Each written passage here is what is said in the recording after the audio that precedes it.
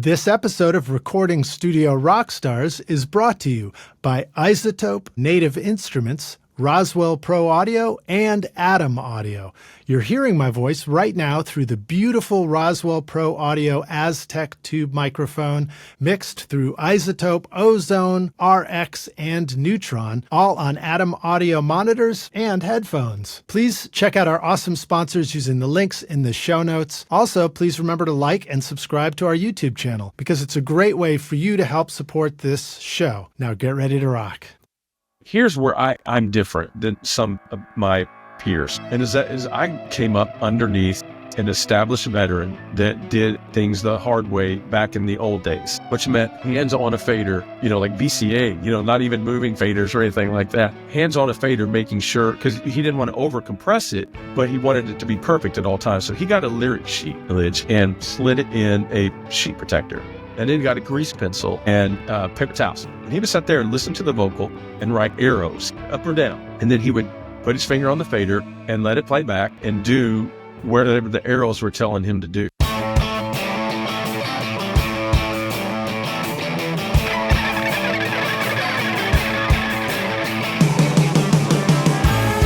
Welcome to Recording Studio Rockstars. I'm Lid Shaw, and this is the podcast created to help you become a rock star of the recording studio. At Isotope, tone shaping is topping the charts. Meet the Catalyst series, Plasma, Aurora, and Cascadia. Plasma's flux saturation technology brings dynamic warmth and depth to your mix. Aurora takes spatial audio to new heights with lush adaptive reverb, while Cascadia adds exciting delays to your mix, retaining clarity through its smart unmasking feature. Get 10% off Plasma, Aurora, Cascadia, or any of the Isotope plugins with the special code ROCK10 and make your mixes rock at isotope.com.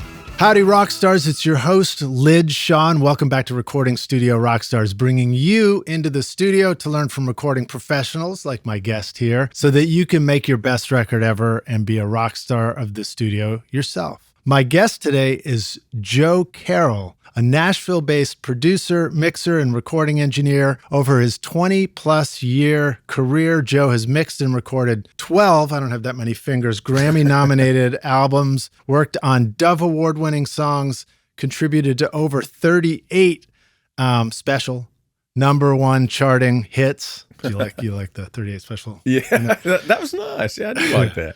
With Billboard top 10s in multiple categories, all the while producing pop artists and mixing everything from rock, country, jazz, gospel, bluegrass, etc. He currently works from the historic Treasure Isle Recorders right here in Nashville, Tennessee, in Berry Hill. That's where we're sitting right now. Beautiful, beautiful studio. Joe began his journey in the professional music world as an assistant engineer for a member of Nashville's legendary Bradley family.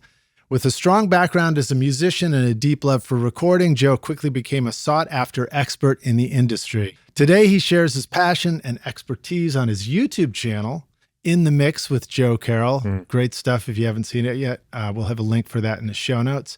And in collaboration with platforms like Produce Like a Pro, Warm Audio, and SSL, for example, Joe produces hands-on tutorials for both beginners and seasoned engineers, covering essential mixing and production techniques such as vocal mixing, managing multiple vocal tracks, adding depth to mixes, and insights into his hybrid workflow. He also offers tips on using EQ, stereo widening, automation, subgroups, balancing low-end frequencies, mixing orchestral instruments, beautiful violins and things like that, and crafting commercial audio-ready tracks across a variety of genres. Please welcome Joe Carrell, the Recording Studio Rockstars. Joe, are you ready to rock, dude? I'm very ready to rock. I'm pumped now. How was that for a first video intro? It's like that was pretty good, man. I feel good about myself all of a sudden. It's like, wait, I'm cooler than I thought I was. And we're rolling too, so that really helps. I just took a glance down at the tape machine here. Nice. Okay, I said tape machine. It's not really a tape machine. It's the sound devices. We're showing our age when we say tape machine. Yeah. Do you still say videotaping? We're videotaping this episode. Oh, absolutely. Rolling tape. Just just a heads up for all your listeners. Anytime you see a guy's website or bio and it says 20 years plus, that's just a way of saying, okay, I want to stop there. I don't want to say, Right. I don't want to admit to any years beyond. That's good enough to sound experienced, but you don't show the true number of years so you don't sound old. That's the way that works. Yeah. I mean, it's hard to put a finger on when you start too, because I know for me it was a 4-track recorder initially. Yeah. What about you, man? What was give us the sort of the brief arc of your journey from getting interested in music to sitting in front of a gorgeous Trident console and, racks of gear taller than you. Yeah, gosh. Oh, the very beginnings was just an avid listener. I think a lot of us in my generation, for example, you would probably say the same thing. We didn't have TVs in every room. You had a TV in the living room and it had like 3 channels, right? Yeah. So we spent a lot of time in our bedrooms listening to music. Today that's not as much of a thing today because they've got iPads and phones and everything else at their disposal. And I'm not saying that's bad. There's good in that too. But that said, we spent a lot of time listening to music early on and getting fascinated by it because that was how we entertained. That was what was in our bedroom, to do. What was that for you? Cassettes or vinyl? Or CDs? Vinyl. Yeah. CDs, CDs was like late 80s. Yeah, I was vinyl, 8-track tapes and cassette tapes and quarter-inch reel-to-reel. My dad had a quarter-inch reel-to-reel machine, and it still sits in my mix room behind me every day. It's just because some of my earliest memories of music was listening in my dad's big old Pioneer headphones, which are normal-sized headphones, except for the fact that my head was extremely small because I was 6 years old or 5 years old or something. And so they fallen off my head. And I remember listening to Crimson and Clover by Tommy James the Shondells over and over and over and over, just rewind and play.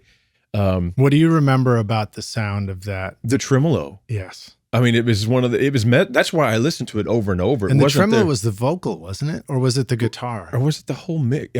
Was it the whole thing? Oh man, I'd have to go back and listen to it. I think it may have been the lead vocal. That's a solid question because I don't remember. I haven't heard that song in a long time. Yeah. But, I was already an avid listener, even by that young of an age. But that was so unique, so different that I just remember being mesmerized by it. That slow tempo and I did just over and over and over. We just wore that thing. Yeah. Over and over. It was cool. And I had my first little guitar amp had a tremolo knob on it. And so everything was tremoloed.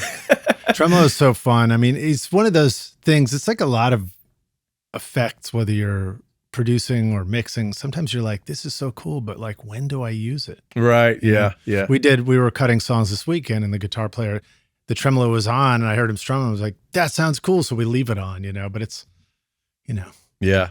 Yeah. No, there's a lot of fun effects like that, which I'm sure we'll get into.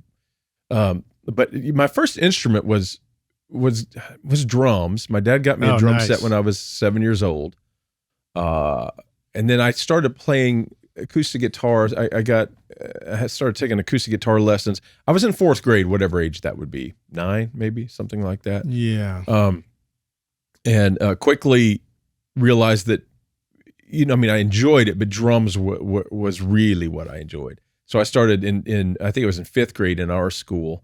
You started, got to pick your instrument for band, which started in 6th grade in middle school. And that's also a time where you like play an instrument for like 1 year and then you switch. Right. Else, yeah. It's kind of great as parents. Sometimes, you're like, is my child not staying focused or something? But like, really, honestly, it's so great to have that like cross section of all these different things. Yeah. Yeah. I mean, legendary stories of Alex Van Halen was a guitar player and Eddie Van Halen was the drummer. Oh, early really? on. I mean, it's like, how would history have been different if they didn't switch instruments, I was watching videos, I guess recently they're just popping up a bunch for probably obvious reasons that aren't immediately obvious to me. But one of the things watching them play is, I was struck by how locked those two were, Eddie and Alex. Oh, yeah. Two brothers playing. The guitar and the drums are the most locked thing of that band. Yeah. It was, they were astonishing to me. Still are. I still listen to those old records. It's just fascinating how good Eddie was. Like, just a monster. Because, you know, you also have to realize that a lot of what was happening, he was pioneering that stuff, those sounds and those techniques and stuff. You know, you listen to guitar players that were alive in that era, you know, after they got Van Halen 1, being like, "What? I don't even know what just happened." They start the record and they're listening to Eruption, and I have no idea what just completely lost. You know, I don't know what I just heard. Yeah, something is changing. You know, the ground is shaking under my feet, and I don't know what. You know, that just makes me think of that scene in Back to the Future when. He comes up, Michael Fox, and he comes out and he's like, I think they're just not ready for that yet. Exactly. That's awesome stuff. So so for you, drums and acoustic guitar, and then what were you saying what were you studying in the band at school? Was it drums or guitar? Drums? Yeah. That's so like snare rudiments. Right. Which is great because rudiments, you know, are so important, you know, and I think all the stuff you go through young learning, even though it seems boring at the time, is not only does it become a big part of your discipline as a musician, but it becomes part of your discipline as a human being. And, you know, the drive to stay at something, even when it seems boring, but you have your eyes on the prize. Yeah. You know, this drum lesson may have been the most boring thing in the world. Reading through this, you know, this page that I had to take home and play is the most boring thing in the world. But then you put on for me, it was my Kiss records or Cheap Trick records. Yeah. And hearing that and being like, okay, eyes on the prize. This sucks, but that's where I want to get to. So I have to go through these steps. It's just a wonderful discipline. I'm a big fan and advocate of school band. Which is funny to like to imagine, like, did Cheap Trick and Kiss have a lot of snare rudiments in it? But you know, very precise, intentional parts. Right. To become a rock star, though, you have to go through. You have to build ground up. You know, there's nothing pretty about the bricks that are the foundation, but the house is gonna suck without it. Same thing as a musician, man. If you don't know your scales, you don't know your rudiments, whatever, you're only going to be so great. You know, you listen. You know, and it took me a while to figure that out. When you would listen to some of the great drummers, you know, when I was really starting to get into, you know, the guys that were out there, and you would listen to their solos or their fills and stuff, and you're like, wait a minute, that sticking pattern is actually a paradiddle diddle. It starts sinking in. It's like, this stuff isn't just training anymore. It's like it actually just it flew right out of Buddy Rich or whomever the guy was that I was watching as a young kid, instinctually, you know, because of all those hours. So I actually became a big fan. Like, I took rudiments and stuff extremely serious from a certain point on. And were you a big Buddy Rich fan at that point too? I'm sure you've heard all the stories. Yeah. I was honestly more of a rocker. I grew up. My parents mostly listened to top 40 country, you know, top 40 radio at the time. So that would have been, gosh, my childhood was Fleetwood Mac and Tom Petty and stuff like that. But just Creedence Clearwater Revival. My dad loved those guys, so he would play those. So I was more of and you know, my first, you know, real musical crushes, if that's what we want to call it, as far as like focused on like listening to over and over and wanting to be them, was Cheap Trick and Kiss. Cheap Trick live at Budokan changed my world in 1978. Yeah, I mean, and I was young, man. I loved I loved all that stuff, but I didn't. It's funny how like we, you know, attach to different styles or different particular bands or records. I mean, you know, the odd record for me was like my mom bought my brother records, and somebody at the record store told her to get Grateful Dead Dead Set. Oh yeah, for my younger brother. So she gave him that. He didn't like it at all, but I picked it up and I was like, wow, Space is really cool. I really like that. Yeah, exactly. And then you just like have these things that you love. So, you know, it's also interesting because you talk about like the rudiments, and I wonder if you notice this or feel this. The more pro you get, you know, the players that play so well on sessions, I'm always struck by how simple the parts are a lot of times. Just like it's knowing how to just play exactly the right chord without screwing it up in the right place. Yeah. Yeah. You know what I mean? It's like, it's almost like the amateur level we begin with is just sort of messy and too much stuff. Right. Oh, I know that when I record young bands, that's my biggest problem, is trying to convince the bass player and the drummer, play less. Yeah. We need less subdivisions. Yeah. You know, listen to the story of the song. This isn't a show about trying to be Vinnie Colaiuta right now. This is 2 and 4, and mark the downbeat of the chorus with a cymbal crash. It's like literally that simple. Well, it's cool that you brought up the term subdivisions, because I mean now we're getting into the weeds a little bit, which I love. Yeah. But the thing that I think you discover in the studio is like a magnifying glass, right? Where you're like really getting a close look at like hopefully this video is, there's a good light on us. Hopefully the camera's in focus and you really can see some details. And then you're like, boy, I hope I, shaved all the way this morning or whatever. But in the studio, it's like, you bring in this band, you bring in the music, and it becomes, and you put it under some sort of focus, and you hear things like the subdivision thing, in the rehearsal space, maybe the drummer mostly hears themselves, and maybe they hear some other instrument. Maybe they don't hear a lot of the vocal, or they don't hear the acoustic. But in the studio, you start discovering that like, oh, the subdivisions are in that vocal phrasing and in that acoustic part.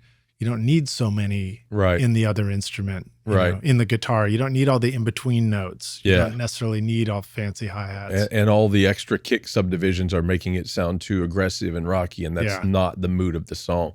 Lonnie Wilson is a fantastic studio drummer here in Nashville, extremely successful as a studio drummer and a songwriter and a producer.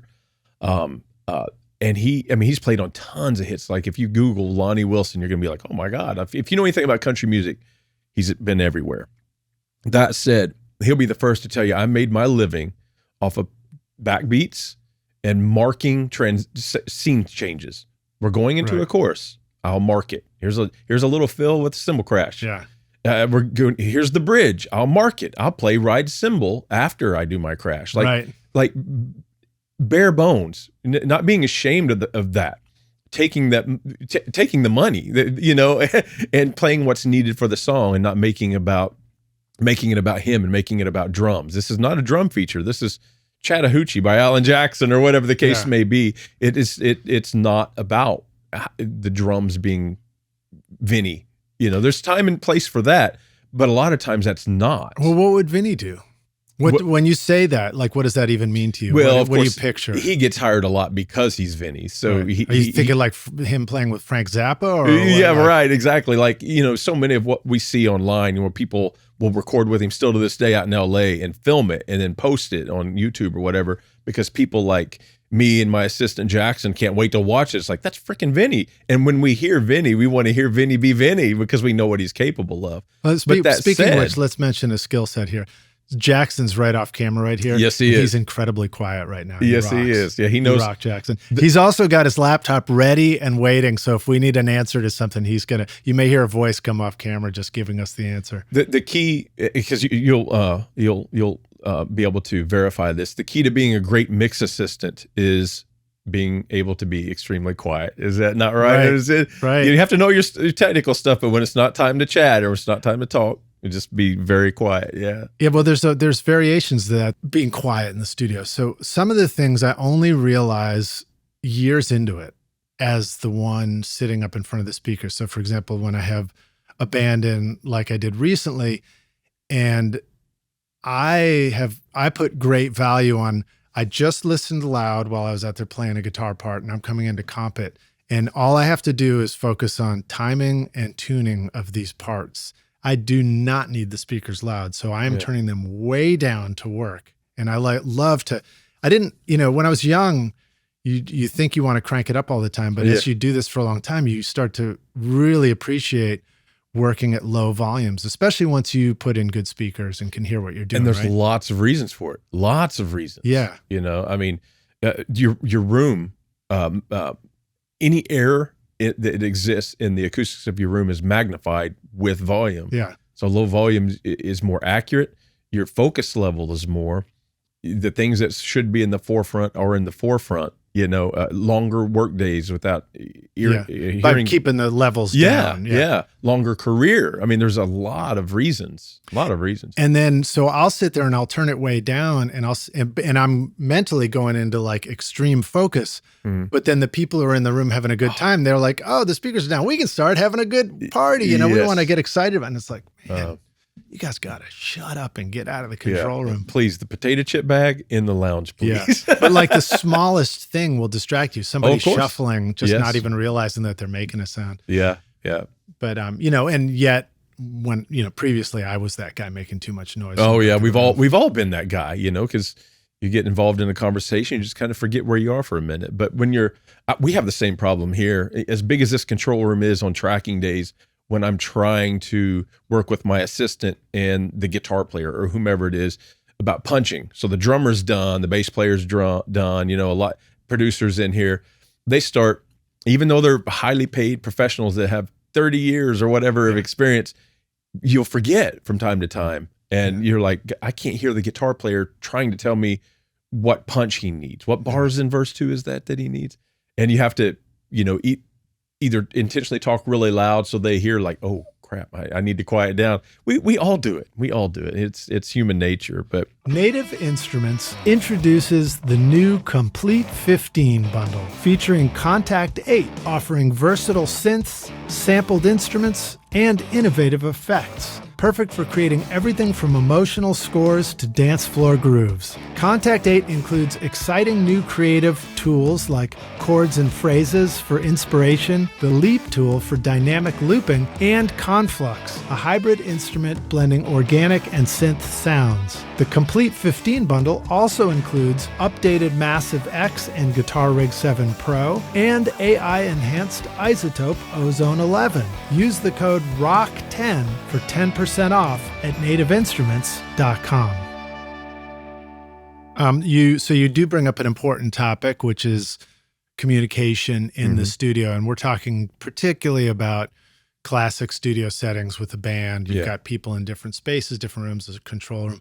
Obviously, modern records, there's all sorts of variations. A lot of modern records are nothing more than a laptop and one person on a vocal mic. And communication is maybe you're looking right at them. But talk about some of the things that work really well for you in a pro studio like Treasure Isle, where you've got communication between different band members. How do you prefer to set that up, and what works really well? Well, for me personally, budgets kind of dictate it. Sometimes you're working in a small room that's Pro Tools based, and you're the guy.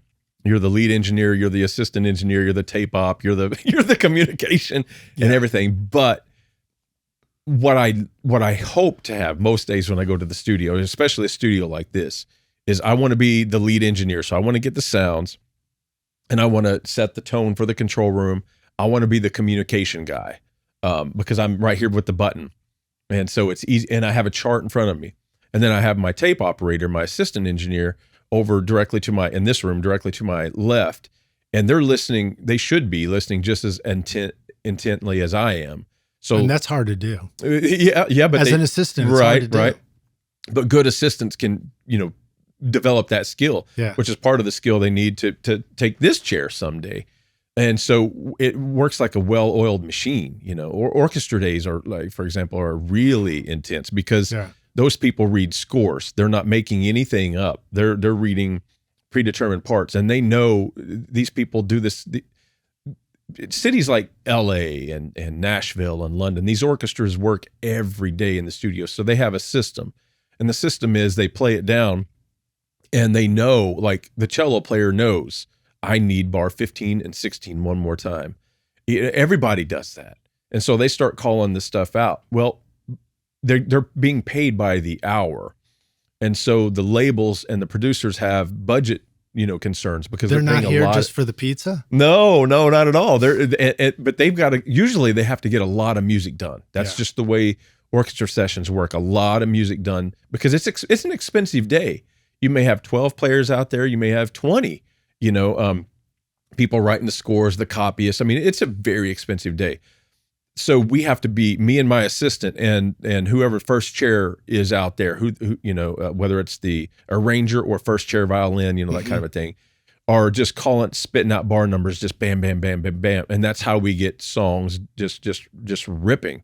So you're looking at a score in front of you too? Yeah, exactly. And you feel like as an engineer, that's going to be a required skill. How do you manage that? How as an engineer, you're like, look, I didn't go to Juilliard to study violin. I'm an engineer. How do you live in that world to read a score but not necessarily know how to read music in the same way? That's a great point. First of all, the engineer doesn't have to know that that's a D flat, in treble clef, or that we don't have to know that very often.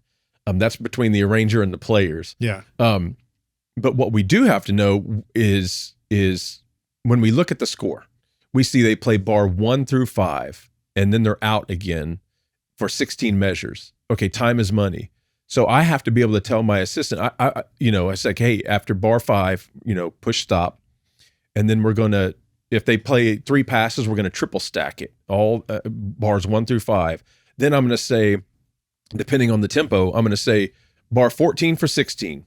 And they know, because even if the cello player doesn't play, he knows that somebody else in the room is going to be playing there. It's just a super well-oiled machine. And so then there may be another 12-bar break or a 16-bar break later in the song or something. So if I'm communicating with my assistant, okay, stop, now move ahead, and I have the button pressed down, and I'm talking to the players at the same time as I'm talking to him or her. So I'm saying 35 for 37. I mean, that's what they have to know. Right. And so you have matching scores, and those numbers have to match up too. On rhythm section days, my assistant is following a chart too, because they have to see when the guitar player says, I need the 45 in the second line of the chorus, meaning they need the F and the G, they have to know where that's at. On orchestra days, there's no time for that. We are moving so fast that I have to be the communicator, if that makes sense. Yeah. So I've always got either a chart or a score in front of me. But I don't, our friends out there that are not trained on sight reading or any of that kind of stuff with scores, don't be scared of it. You pick it up, you start seeing note length, and this is the kind of stuff they can study at home. Like even if they're self-taught, and I was in band, so I kind of, learned note values from the 4th grade on, but they can do that at home too. Just in free 20 minutes here and there throughout their day, they can study, how to read, what a quarter note is, what an eighth note is, what does a rest look like, and those kind of, so or don't an extended note, a long note, or shorter, or they don't have to be, or something. They don't have to be scared of it because they don't have to be able to go out there and play it. And like I said, they don't even have to know. I'm not thinking when I see a note, it's like, okay, I'm not thinking of what note it is even. Is the assistant typically looking at a score also? Not on orchestra days. They're looking at it. It seems like that'd be a good way to start understanding it too.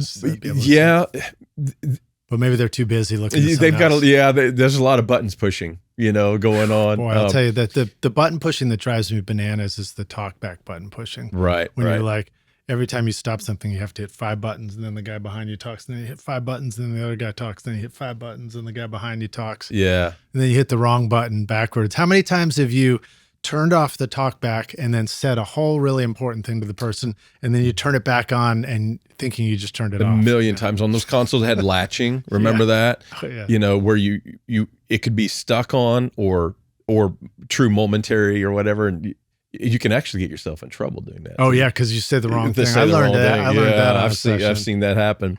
Another thing about scores with the assistant, a lot of times they're very big, and so there's just not room on the Pro Tools cart for that kind of a thing.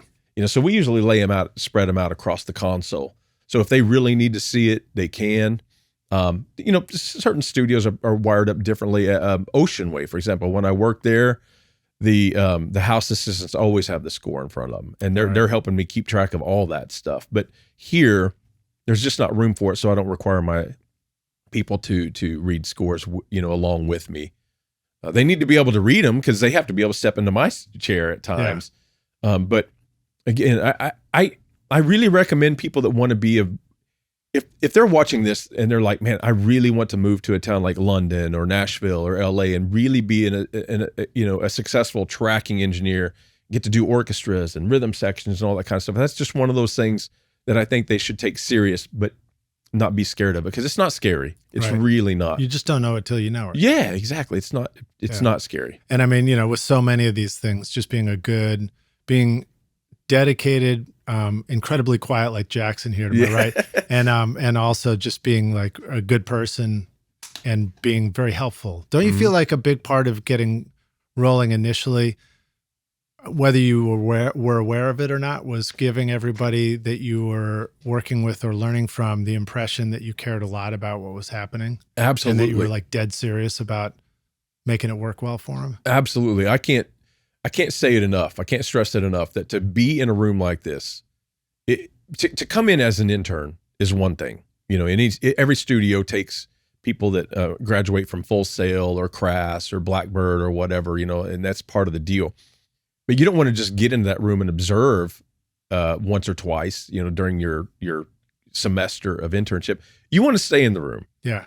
If you want to stay in the room, you have to be well liked. I think a lot of our young friends think they have to be great mixers. They have to be great this, that, all the technical stuff, be Pro Tools experts, and all that stuff is great. But the thing is, you're not going to be on the level of the guys that you're in the room with. Right. You're not. So don't try to impress them with your skills. Soak up their skills, while you're growing, getting your feet underneath you. If you're going to stay in that room, it's because they like you and they want you there. It's like, hey, I like that kid. Kid's a good kid. Some of the things that I'm thinking about that really impressed me as far as some early assistants and interns that I had was, I remember one where here we go, bottle of water, right? Having it set on the console thing behind me, because I was in the studio where it's like you're facing this way to mix and your gear rack's behind you. So that's where your coffee or your water or whatever it was. Yeah. It hit me because I knew I had just finished a bottle of water. So I was going to have to get up next time I was thirsty. So I turned around and it was there was a new bottle of water there. I didn't ask for it. They just did it. It's like those instincts of, what can I do to help? Yeah. How can I be of a service to this room? In what way? Right now, the trash is overflowing. They just took it out. You know what I mean? And I know some of our viewers, when I talk about that kind of stuff, some of our viewers are going to be like, that's stupid. That has nothing to do with my, degree. I'm not here to be a servant to anybody. Well, then you may as well think about just staying in Omaha or wherever you're from, right. Because to get into these rooms, we're all servants to each other. Right. We're all servants to the record we're trying We to are. make. The musician, the producer is serving the musicians. The lead engineer is serving the producer and the band. The assistant is serving the lead engineer. The third level assistant is serving everyone. Like you have to go through those steps to get up the ladder. And guess who the record's serving?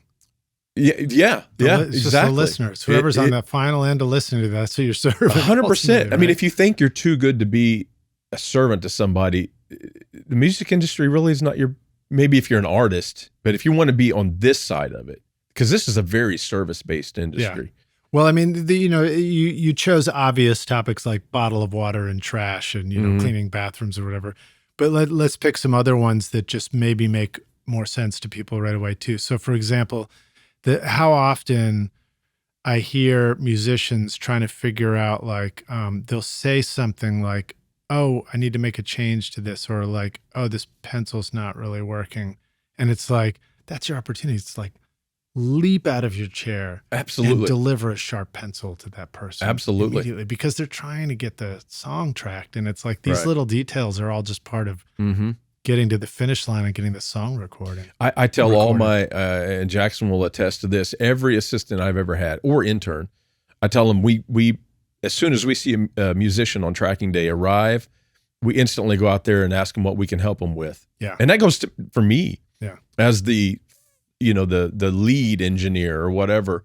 Then there's usually 3 of us here on tracking days.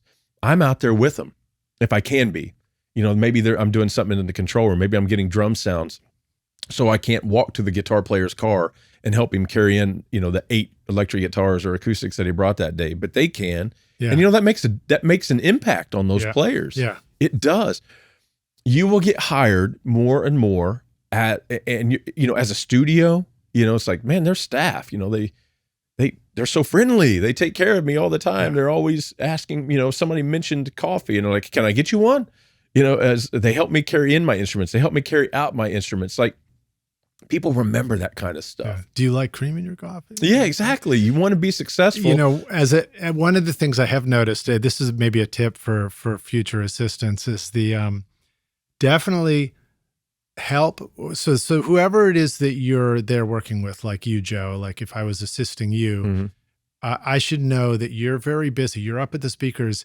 You can't get up and do something because you literally just finished recording something and you immediately have to do 5 to 10 edits. And then you still don't get up out of the chair because the next person wants to do their thing and you're stuck there, right?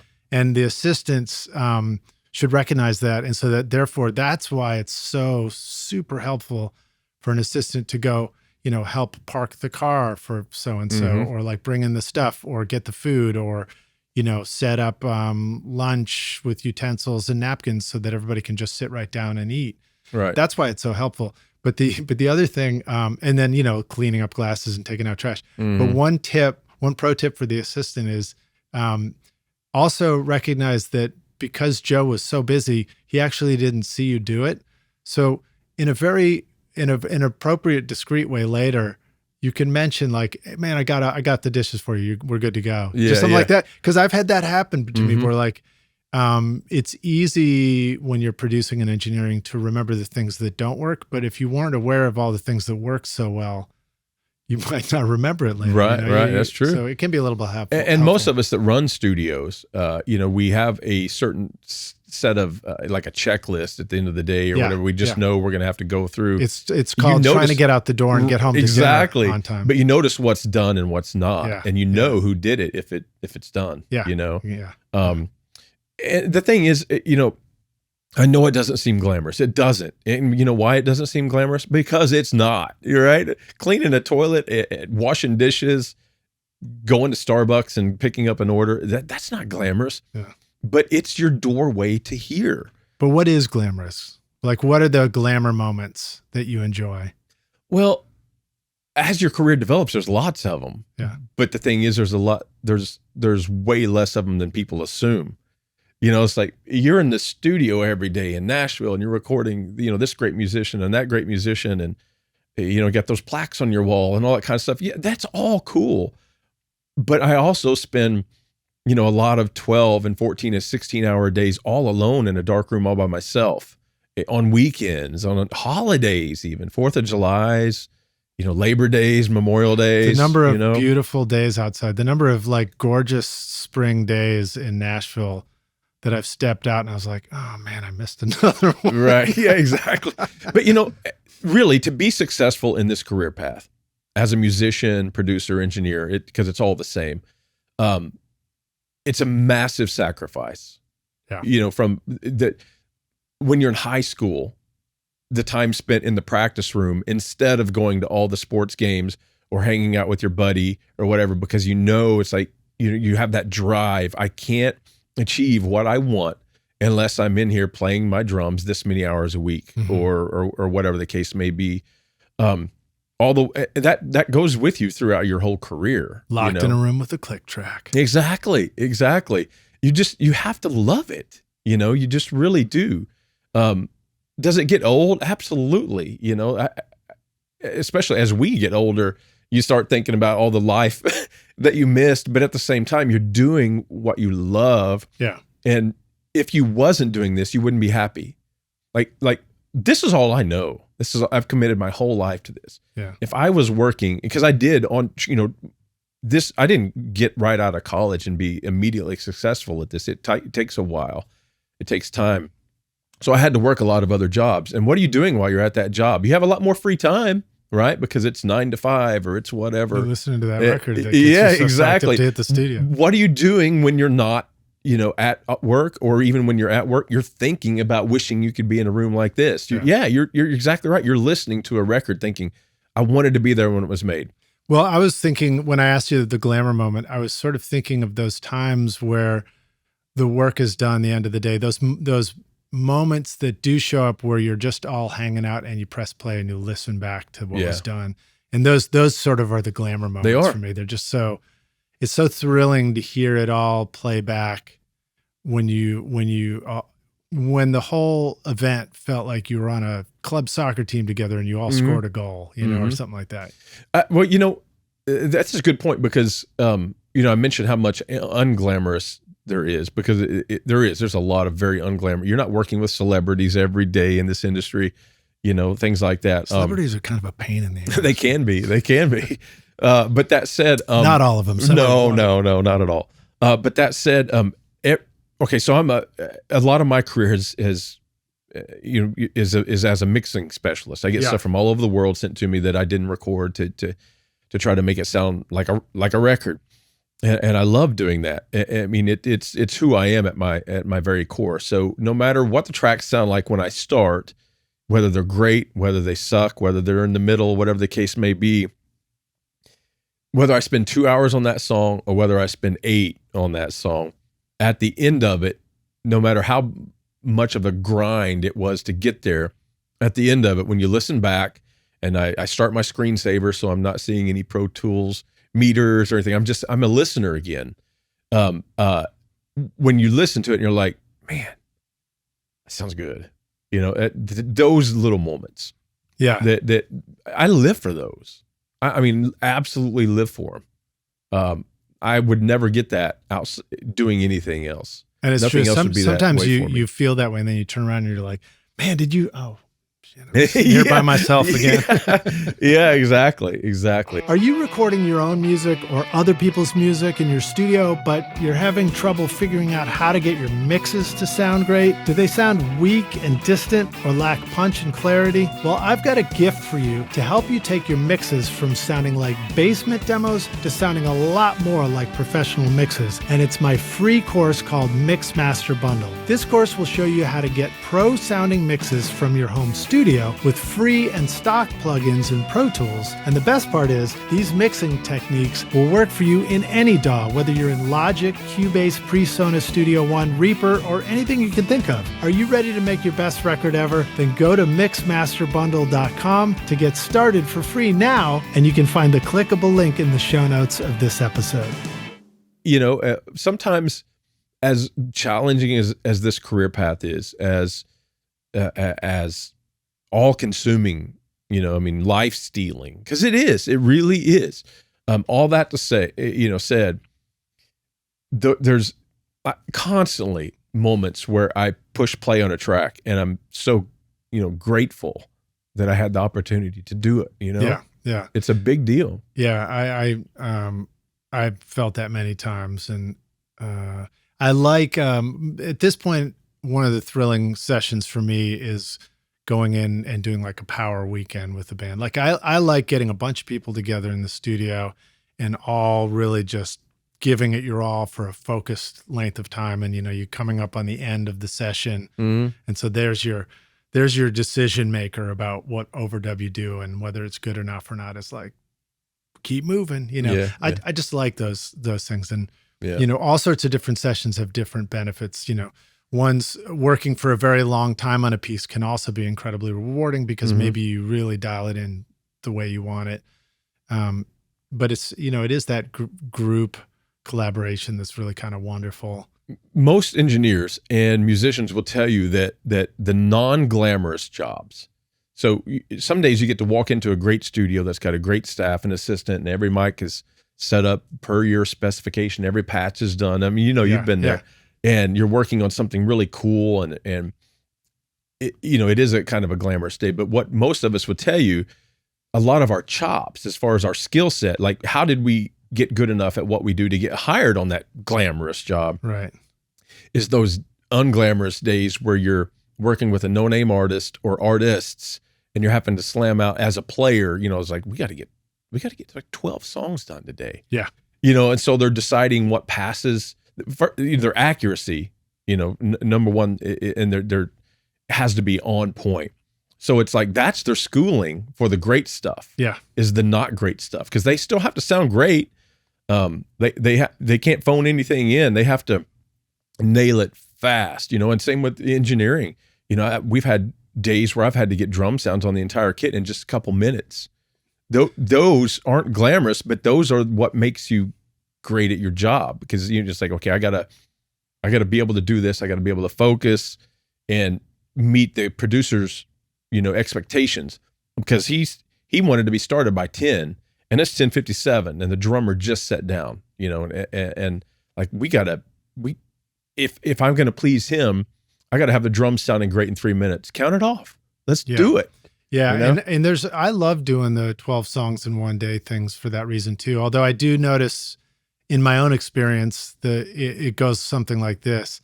The thrill is at the beginning. It's setting up what I like to call the machine. The whole studio with all the musicians and the headphones and the sounds and everything. And you're like, it's a machine that you create, Yeah. And then you set it off and you go, and then the next challenge is sort of staying awake through 12 songs, because you're no longer needed for real critical thinking. You're just sort of making sure it keeps running. Right. And also 12 songs all day, you don't want the speakers cranking in front of your face all day. You want to, you turn it down, and just try and listen for stuff. From our musician friend standpoint though, all the great studio players have done those demo days, demo slams, or whatever they want to call them. And they'll all tell you, it's like that was a big part of developing who I am. Yeah. It's like playing in church or something when you're a kid. Like all that stuff is so important to becoming the studio great, whether it's as a producer, engineer, guitar player, it doesn't matter. All that seemingly, low budget, low glamour, slam bam, thank you, ma'am, kind of stuff is really where you build your character and your chops and your real confidence and skill set that you're going to need to play the stuff that will put a plaque on your wall. When you're playing 12 songs in a day, you are not noodling in between songs. No. You're just quiet. We're getting the chart out for the next one. Yeah, you're more worried about your calluses coming off, right? So thinking about volume again, one of the things that I've been putting myself more out on the other side as a player recently, which has been a big thrill for me, sort of getting back to my roots. And I'm discovering things like headphone volume is a real, it's a risk moment. Like I can get lost in an overdub and spend an hour on it because time goes quickly when you're playing. I've discovered. And, and then you get out of that hour and you're like, oh, did I have my headphones up too loud? What stuff have you heard from players and stuff? Are there, like one of the things I started practicing sometimes is put the headphones on, approve the sound and the tone and the balance, and then take the headphones off, sink earplugs in deep, put the headphones back on, or like turn them down or something. Do you get some tips from musicians? Do you have any yourself about ways to manage being in that rock and roll moment, but not killing your ears for long stretches? Well, as a drummer, I'm right beside the loudest instrument on the stage. So going way back into my 20s, when I first started noticing tinnitus, it's like, uh-oh, it's like it's starting to happen. Yeah. I started wearing the foam expandable earplugs every time I play. When I mow the yard, I mean, you name it. I even wear them when I drive. Yeah. And long distances, family vacations, I have my earplugs in. Yeah. Because the road noise. The AirPod Pros are pretty great for that too, because they actually cancel out a lot. I use them all the time until my ears get sore. Yeah. Like every time I commute, when I was driving down here today, they were on, they were in, noise canceling on, and Hall & Oates was at a very low volume. Right. I almost found that they did a better job on the airplane than my foam earplugs did. Absolutely. They're fantastic. They're essential on airplanes. Yeah. Some type of hearing protection. But when it comes to studio-specific stuff, players that have to be out in the control room with the drummer, well, a couple things. The drummers and the players that have to be out in there are getting either those I can't think of the name of them, but they're like almost like a gun. The isolation headphones, headphones, made for guns. Like it really cuts the level way, way, way down. Right. So they can listen at a more reasonable level. Number what two about is in-ears. I've been wondering if in-ears do a really good job of that's blocking exactly where I was going. A lot of the drummers nowadays are getting the custom molds. So it cuts down the live volume in the room by a significant amount of decibels. And so then they can control your volume that way. And a lot of the guys, you know, you don't see that a lot from acoustic guitar players and piano players and stuff like that, because they're not in the room with the live drum kit. So it's mostly, you know, bass players, drummers, and sometimes electric guitar players too, because a lot of times they're setting out in the live room. Yeah. And if you're standing, it's nice. It feels good to be near the drums as a player. Right, yeah. But you're like, I don't want to have to crank my headphones up so loud to feel like an amp loud enough. And you're playing for 9 hours. You know, Right. if you're playing a triple, that's 9 hours in the chair. Yeah, 9 hours. I mean, for me, I would have to keep the level down really quiet. Yeah. You know? But quick question: are there any particular shout outs about in-ears? Like, are there brands or models or anything you've heard about? No, I really right. don't, because I don't have any. I've just noticed, you know, over the last, I'm trying to think how many years, 10 years or so, it's really became common to see especially the drummers. Yeah. You know, you're starting to see them a lot. Well, they probably have them already for touring. Yeah. Some of these guys. Yeah, some of the guys do road dates. Yeah, still. And I've heard some people say that the sort of like the cheap Sony ones or something that are $100 on Amazon are actually quite good. They could be. Yeah. And I will say on a side note is we've all also worked for a lot of studios players, and some of them are legends that are in their 40s and 50s and 60s and stuff, and they are really having significant hearing problems. And because they never did protect their ears, so they was setting out there 9 hours a day with high volumes, and some of them it's even a joke about, you know, I'm not going to name any names, but we'll just randomly say Don about, you know, like it's like, oh my God, did you hear Don's headphones today? Because, you know, they would take them off and lay them on the keyboard or lay them on their music stand, screaming. And you walk out there and the click track is going bam, bam, bam, bam. You know, it's like, oh my God, they know that those drivers are that far from their eardrum, and they're just killing themselves. And they start losing high frequencies. Tinnitus gets really bad, and you know, they'd be the first to admit, it's like, yeah, my hearing is like trash. Yeah. But they did it to themselves, you know. Yeah, and we all do it to ourselves. Oh, so exactly. We got to be so careful, especially. I mean, maybe there's a benefit to being the engineer, mixer, producer, because we maybe are first ones to be attentive to that because we're worried about, like, you know, balancing mixes and stuff and hearing all these frequencies. Whereas a musician, you might be more likely to kind of push the boundaries. I mean, we all start out pushing the boundaries because when we're young, we're like, this is fun. Oh, man. Crank it up. I love how I used to play with open back headphones, like on like Walkmans. Played my drums too. I turned my Walkman up loud enough that I could hear. I loved music so much that I would mow my yard with open back Walkmans turned up when I was like 14, 15 years old. I've been enjoying the fact that the AirPod Pros make it a lot easier to do that now. Yeah, but it was not that.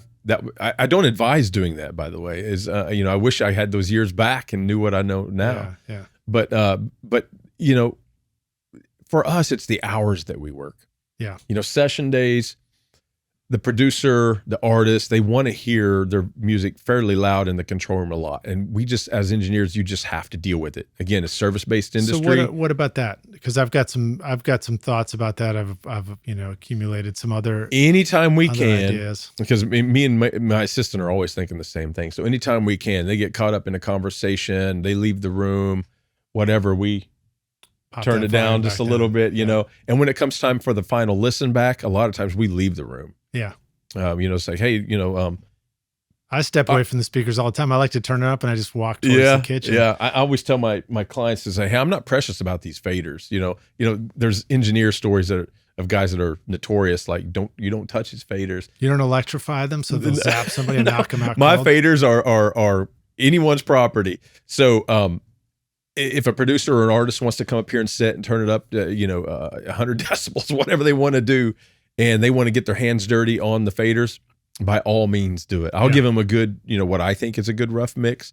And then, and a lot of times, we find ourselves working for the same people over and over a lot. You kind of get into niche, certain niches in certain rooms, and it becomes kind of a joke with a lot of the engineers. It's like the engineer has to leave the room because it's time for the listen back. And it just becomes a part of the fun. Yeah. We just had a client in here the other day, Jackson will remember, and he calls it, I'm going DEF CON. That's his cue to the 3 engineering team to leave the room. And everyone just laughs, because he knows it's abusive levels, and he just wants to have his little victory lap, and it's and the fun funny for thing him. is, like, we love abusive levels as Well, much as the sure, next yeah, guy. yeah. We just can't do it all day for hours and hours and Yeah. hours. But one of the tricks I remember, a buddy of mine up in St. Louis, Adam Long, would talk about doing hip hop sessions where it's a party in the control room and Yeah. it's on the big speakers. And he once told me, he was like, man, I just put my earplugs in all the way and just turn the speakers up. And I was like, and at first I was like, oh, that seems kind of weird. And then I started doing that recently. I was like, oh, this is great. Cause when I tried to turn them down, everybody talks too loud. So I just put my earplugs in, turn them up. And now I'm not talking about making tonal sonic decisions. I'm talking about, when it comes to timing and tuning, you don't need a whole lot of information. Right. You can do low volume. When they're supposedly making, and I don't have a pair, and I should get fitted for some, where you can be fitted for in-ear molds that reduce by a certain number of decibels but keep it flat. I messed with those for a while. I would like to try that. And I kind of gave up on it. Really? Like if I go to a live show, I prefer the foam ones. Okay. So this is what I trained myself to think about that. Well, first of all, most live shows sound like shit anyway. So Right. I'm not missing much. It's a crappy You're just sound there to in see your favorite band. or Yeah, whatever, I'm there for the energy and the visual and see them Mhm. play and perform. But instead of thinking about like, oh man, it just sounds like it's all muffled, I'm like, no, it's a bass boost, dude. I'm Right. giving myself a bass boost by listening to Yeah. foam earplugs at shows. And then I'm Yeah, like, exactly. this is great. It must be running something through a great tube compressor because the top end seems nice and soft. It's tricky though. Conversations are tricky in loud clubs. Yeah. But people leaning over and yelling in your ear to say something, I'm just like, I'm putting earplugs in. Yeah. Yeah. No, lean right in. I always wear the foam ones Yeah. to any Yeah. venues and events. Yeah. And the fitted ones, while I did have those earlier when I was younger, I found they were very uncomfortable. They were really stiff Okay. in your ear. So they're probably different now. I mean, I'm talking about 30 years I'd ago. like to try them. And even the Apple ear buds that we're talking about, they get uncomfortable after a couple They hours. do, yeah. But it is what it is. So one of the challenges for me is when you're in the control room and the guitar player or the bass player is doing an overdub and you need the speakers kind of kicking so they can feel it for the overdub. I'm like, I can't sit up closer to the speakers than you for this whole stretch, Mhm. So I've been trying to figure out ways to do that. I'll stick in, again, I'll do things like get the sound and then put earplugs in and put gun muffs over my ears to just knock it way down. Mm-hmm. Because again, I'm just listening. They're just doing their thing, listening to some performance stuff. Yeah. But I wish we had like in-ear things that would knock the level way down, but had a built-in mic so that when you talk, it's like it comes in at a normal level. So you could like talk between takes. So Yeah. I'm putting that out there to all you designers who are listening to this podcast right now. I try to be protective, but at the same time, I don't want to go overboard. Something that I've learned in my career is the massive amount of information that I can learn from non-engineers, Right. even though I'm an engineer. Yeah. Going to lunch with session players and producers and just being a fly on the wall, just hanging, the conversations you hear early in your career and even late in your career are very informative on what people like and they don't like. So do you want to be successful? Listen to those conversations. Yeah. And you start finding, for me, that's where I had already been engineering, and the first thing you do is I'm putting EQs on everything. Yeah. 'Cause that's what I do. I'm mad with power. I'm in front of a Neve or an SSL or whatever, drunk with power.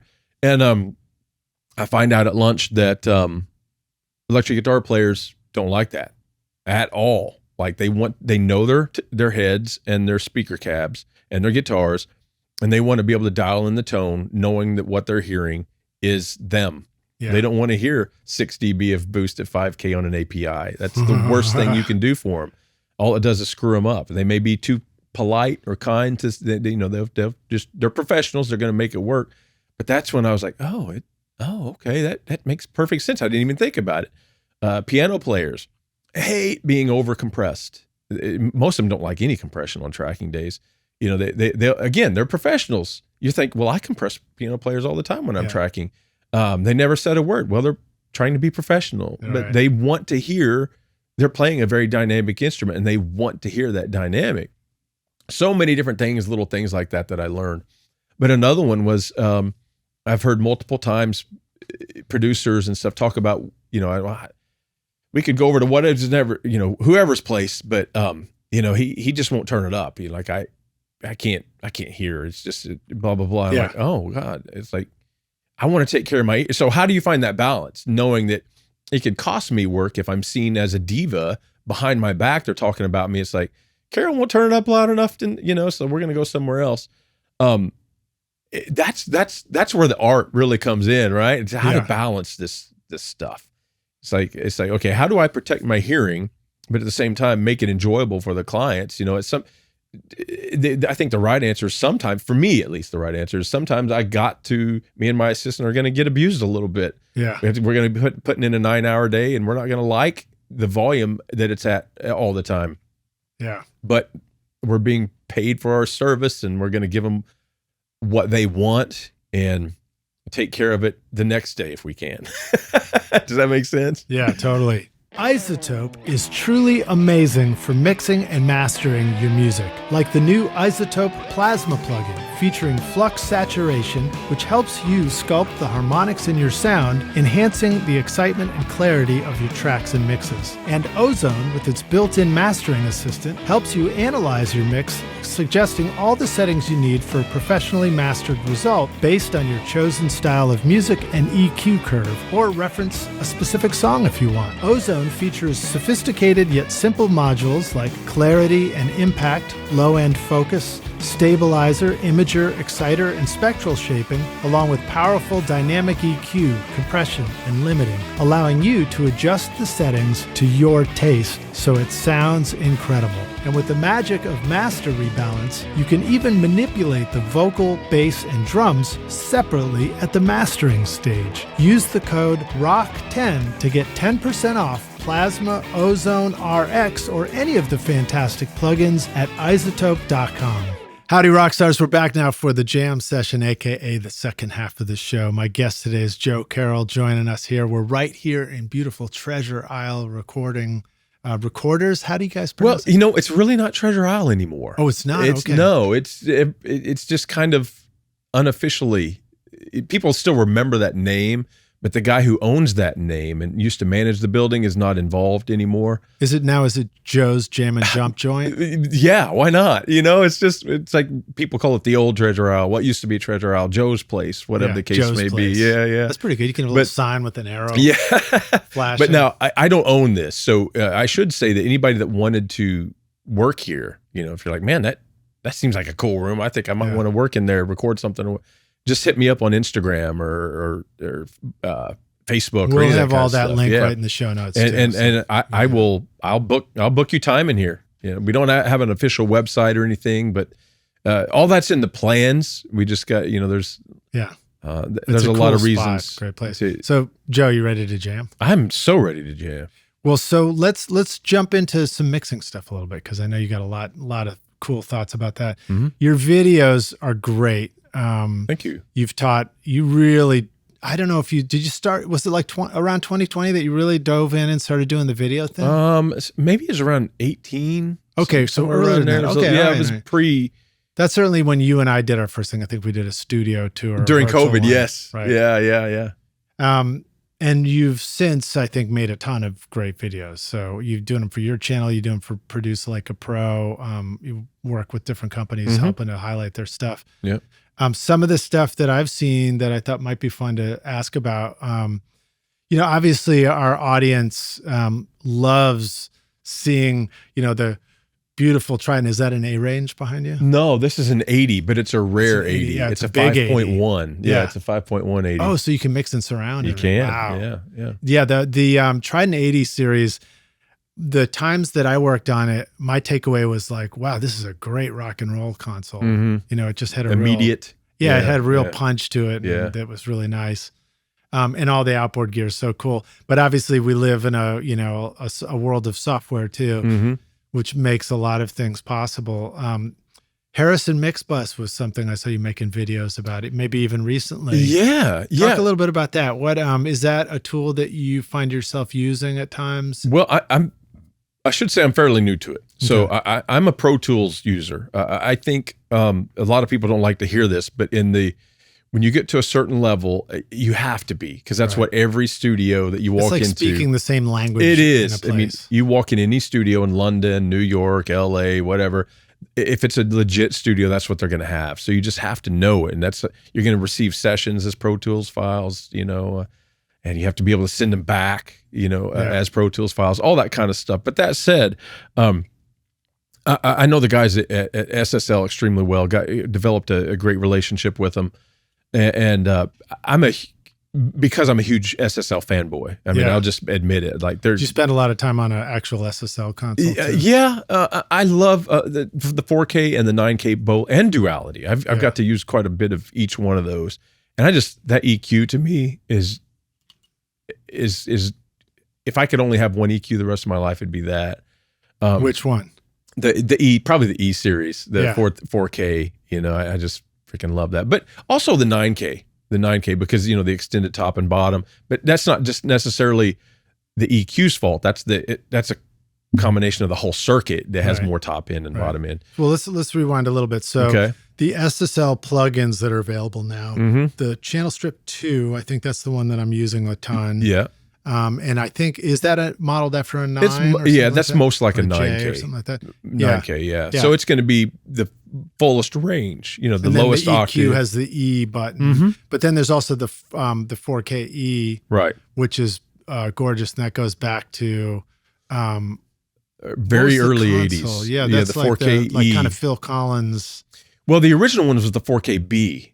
4KB, right, which was 1978, I think. Yeah. And there was only like maybe, 11 of them ever made, or 7, not very many. And they actually have that in a plugin too, because it sounded entirely different than, it's very cool sounding. It's got a little more grit to it. Yeah, and it's dark, but that's, to me, when you talk about things being dark or bright, that's not a bad thing. That's just a tool, so that going into it and use it where it's appropriate. But yeah, that 4KE is just a really special thing. But so Mixbus was one of those things where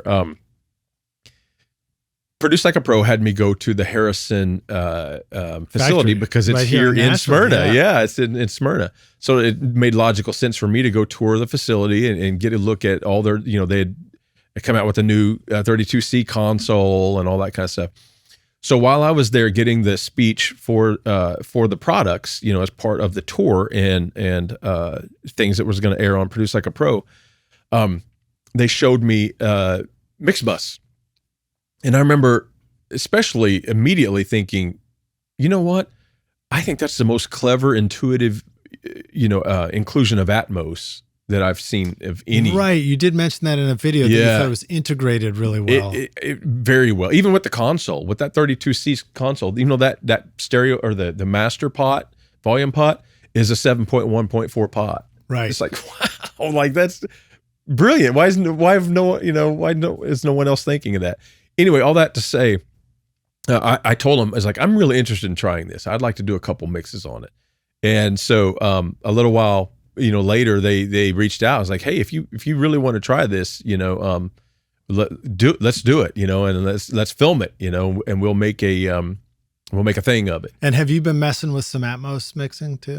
Yes, I've done only about 5 or 6 songs, and a mini movie. It's like maybe a 6 or 7 minute like cartoon animated feature that was for the film festival circuit. Cool.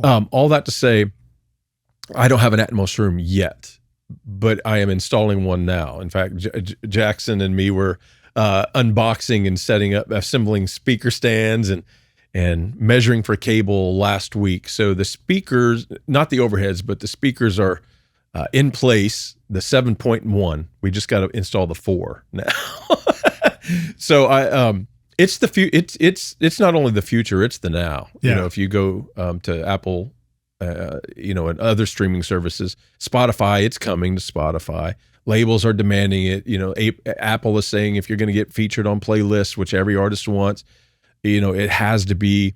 I think most of us that make our living doing this are just going to, whether we like it or whether we don't, we've just got to accept the fact, just like, our predecessors didn't accept the fact that Pro Tools was some of them did and some of them didn't. There's the engineers. Do you remember the engineers that wouldn't accept Pro Tools? I do. Yeah. I mean, and I can tell you that they're not working anymore. right. So big life lesson right there, right? So those very, very highly skilled, analog engineers that wouldn't accept Pro Tools, all of a sudden we're losing jobs to guys 25 years younger in experience and skill level because they knew Pro Tools and were savvy at Pro Tools. I'm not going to let that happen to me. And I just as a way of speaking to your audience, I don't know that they want that to happen to them either. We just got to accept that Atmos is here, whether we like it or not, and roll with it. And the thing is, once you do it, the like it or not part goes away. You're going to like it. You're going to like it. I'm looking forward to doing it. I just finished getting I'm a little behind the time, so I just got my stereo speakers sounding really great in the control room. And now you got to go. I got a Carl Tat system, and it's really wonderful. And then I called Carl. I was like, dude, what if I want to do the Atmos thing? It's like, well, you got to do that times 12 or whatever it was. And I was like, okay. So how much is that going to cost? Yeah. Right? So I may have to consider, a secondary Atmos system of different speakers or something, but we'll see. And it seems like one of the things about Atmos is you want all the speakers to be equivalent if you can. Ideally, a sound coming from any direction has the same full spectrum. Right. Now you can, the overheads can be smaller. First of all, there's not a lot of information going up there unless you're really going, like hardcore. But even then, it's not vital. A lot of they're hanging from ceilings, so a lot of times you can't justify hanging a 30 or 50 pound speaker from the ceiling. It reminds me of it in college. My friends who had an apartment who are artists and would do shocking artistic things. Yeah. They suspended an Underwood manual typewriter on a nail above the couch. So you're sitting on the couch and there's this incredibly heavy object above your head. Yeah. But you're right. They do recommend the 7 that's around you on the floor or 9, depending on what the size of your system are the same. Although there are guys out there successfully doing it that where they're not matched. So I think at this point it's like whatever you can do to get into the game, I think is a big deal, just to get in the game. Well, so let's jump back to Mixbus 32 a little bit, because that's certainly a lot more immediately accessible to everybody listening than installing the whole Atmos system. But what are some other things that really struck you about that, and why would somebody maybe consider it? Because a fair question is, we just got it written down right here. Which DAW should people choose to make records in their home studios or whatever? That's a great question. I think if you're doing it in your own studio and you're not trying to, you have no intentions to move to LA or to New York or to Nashville or wherever and become, the next Chris Lord-Alge or whatever the case may be. There are 1,000. Well, that's an exaggeration, but there's like 6, 7, 8 DAWs that are all great that do the same thing. Yeah, they'll do the same thing in a different way. Maybe they call their shortcuts are a little different. Their terminology is a little different. But as long as you learn it, you can get there with all of them. I don't care if it's Logic. They're all great. I mean, that's one of the great things about where we're at right now. Studio One, there's so many. But for guys that are taking this serious, and we already kind of addressed this, but if you're like, man, no, I want to be in that chair in Nashville. Like I want to be on these 10 songs a day sessions that you're talking about with Brent Mason in the room and all these legendary studio players, of session musicians. Right. You just have to know Pro Tools. So just get to know it. But, I think your other part of that question was, what did I like about Mixbus, for some of these guys and where it found a home for me. I don't know. I feel like some of our older audience or audience that have spent a lot of time mixing front of house or traveling with bands or anything analog where there's an actual mixer, it seems like you're working on an analog mixer. And that's a really cool tool for a lot of our, your viewers probably, that don't want to get bogged down in the DAW stuff. They don't really, some people still just don't love all that. They want to know the shortcuts that they need to know to do their minimum thing. And that's all they want to know. Mixbus was like really cool that way because it feels like an analog console. Your effects sends, your EQs and your compressors and everything are already there on every channel. Yeah. So it's not like just like they were on a console. You didn't think about we we overthink all that stuff now Yeah. in the Pro Tools world, because we have to. It's a empty canvas until we tell it that it's not, and create a button. All the buttons are already there. Yeah, and unless you've worked on a console, it's hard to, and a console mix typically would have been matched up with like a band. There's Right. a bunch of mics for drums. There's instruments, and you're balancing all these musicians playing together. But like that, the speed of working on a console and the feeling that you're playing an instrument when you're making music, when you're mixing, is what's so appealing to me. Yeah. I mean, that's what I love. Be able to dance around. Yeah. You've got a short clip I saw. You're like, the engineer that people think they got, which is like, you're sitting there quietly listening to classical music. And then the engineer they actually got, and there's like tunes jamming, and you're doing handstands and dancing around on the console.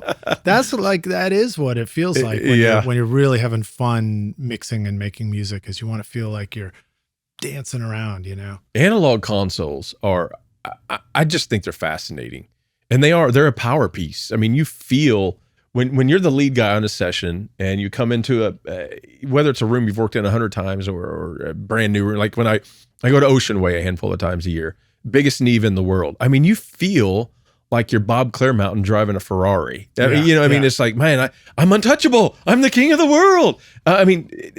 Analog consoles are freaking amazing in every way. And if for our friends that haven't got to use them, an SSL console specifically, where you even had dynamics and gates on every channel and a stereo bus compressor, the sounds you could get quickly.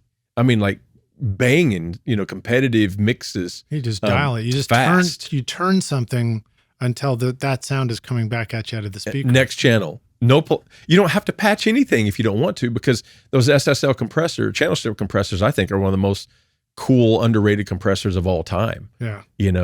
I could use that. I could do a record on an SSL console with no other piece inserted whatsoever any day of the week, and would love it. The other thing that happens when you have a console, and this applies to controllers that are well done too, but is you might be turning an EQ knob, but your other hand is on the fader, and you're rebalancing it in the mix at the same time. Or you're turning the Q and the gain at the same time, or the frequency and the gain. I mean, it's just very intuitive. It's very intuitive. And something you brought up, because I'm a big fan. Again, I'm a big SSL fanboy. I don't even try to hide that. That's ever since I was young. That's my next question. That's queued up. We're going to be talking all about it. Okay, well, I was going to say, most of us came up watching Bob Clearmountain. Yeah, and so you wanted to work on the tools that Bob Clearmountain used, right? And Chris Lord-Alge, or name your heroes, Michael Brower. And so to me, it's still like putting on a Bulls jersey anytime I can, and that says number 23. I'm Michael Jordan anytime I'm using an SSL console. I forgot to ask you where you grew up. Where are you from? Southern Illinois. Oh, there you go. All right. Yeah. Rock your music production with the updated Complete 15 bundle from Native Instruments, featuring the new Contact 8. This comprehensive collection includes a fantastic range of versatile synths, sampled instruments, and innovative studio effects, giving you everything you need to bring your music to life. Whether you're composing emotional scores, deep dance floor grooves, or experimenting with sound design, Complete 15 has you covered. Discover powerful plugins and instruments that guide you from the initial idea all the way through to the final mix. The included Contact 8 introduces exciting new tools like chords and phrases for instant inspiration, the Leap tool for dynamic looping, and Conflux, a cutting-edge hybrid instrument that merges organic and synth sounds in real time. Plus, enjoy revamped versions of Massive X and Guitar Rig 7 Pro to take your sound to the next level. Then polish your mixes off with the AI-enhanced Isotope Ozone 11 included in Complete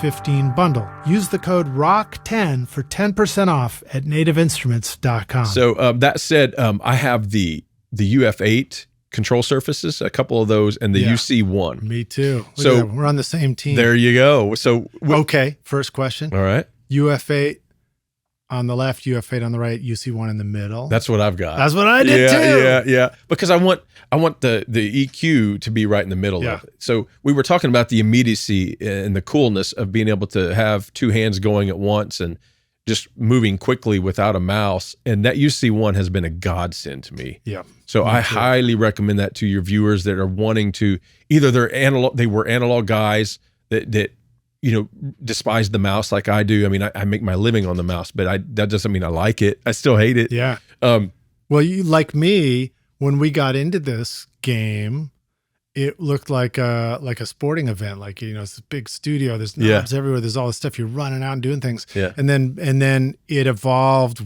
during our career to now you're sitting in a chair with your elbows at your sides, right? Going, click, click, click, click, click, click, click, and at a certain point you're like, what the hell? Yeah, exactly. I didn't agree to do it like this. Well, and I've developed a tremendous amount of wrist pain. Yeah. From just overuse syndrome. Most of us will over our career develop various problems. That said, that UC-1 has been a godsend. So, and I think SoftTube just released something that's similar. Yeah. So I'm not trying to just say, hey, SSL. I'm still, even though that's for me. I've worked a little bit with both. I still prefer the SSL. It just feels like an actual. It really does. Matches the actual console. Yeah. So for guys that either are trying to get away from the mouse or from guys that grew up in the laptop world, it's like, man, they watch Bob Clearmountain or CLA videos and they're like, I want that too. Like, I want that feeling. That little UC-1 feels like that. Yeah. Like I really, it's a very, very cool tool to dial in. Like a lot of times in my template, I have SSL channel strips all over the place. Again, I'm fanboy. Yeah. Let's talk about how you do that, because as a user myself, and I think anybody who dabbles in this, you begin to, first there's this thrill of how it works. Mm-hmm. Then there's the discovery of like what doesn't work the way you expected it to. So, and then trying to figure out, okay, what's the best way for me to use this stuff? Mm-hmm.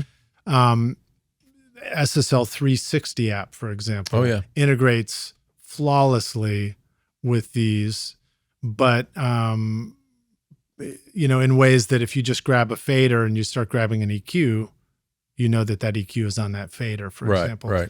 But that doesn't always translate the same, particularly with Pro Tools.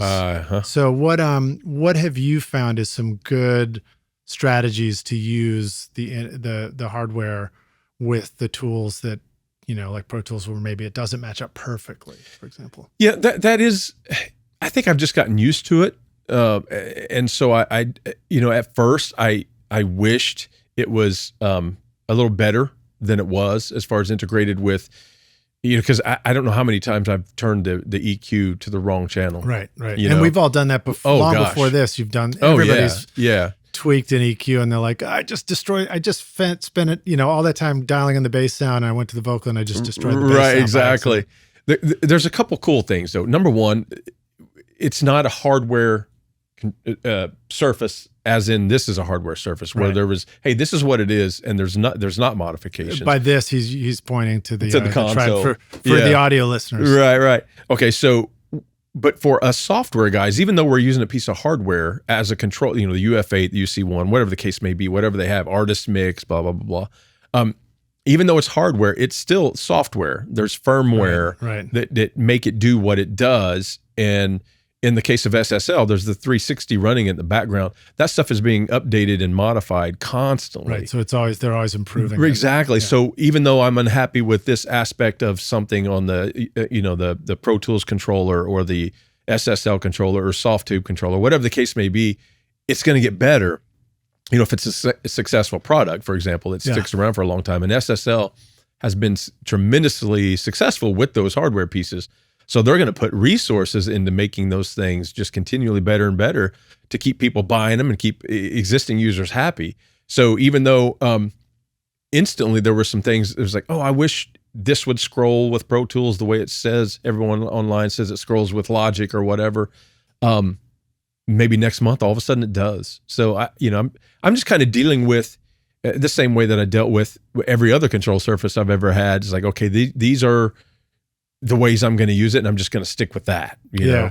I use it a lot with Pro Tools. So very quick question is, have you found yourself opening up the 360 app and looking at that while you're working very much? I don't. I probably should more. I have a little. I feel like if I had double screen set up, it'd be cool to have like a screen that looks like a console in front of me, and that's where that 360 is laid out or something.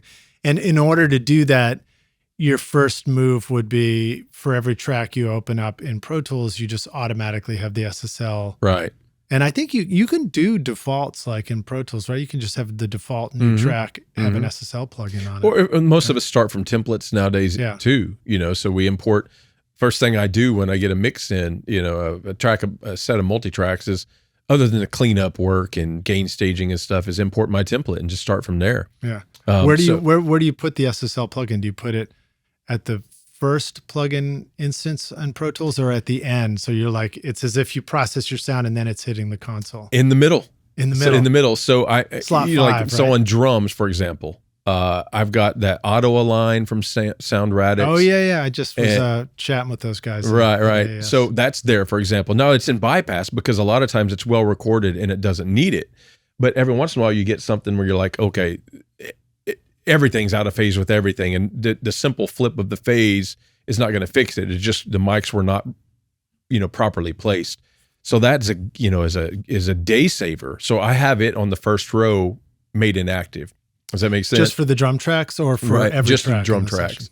I'm just giving examples of why the SSL isn't first. Right. And tape. Usually I have tape made inactive but ready to go across, the either the first insert or second insert on everything else. As if whatever was recorded was there in the first place. On tape. In the first place, yeah. And so then I hit my console, which is generally the SSL. And in my template, you're going to see channel strip 2s from SSL. You're going to see 4Ks. You're going to see 4KBs. And then also Brainworks.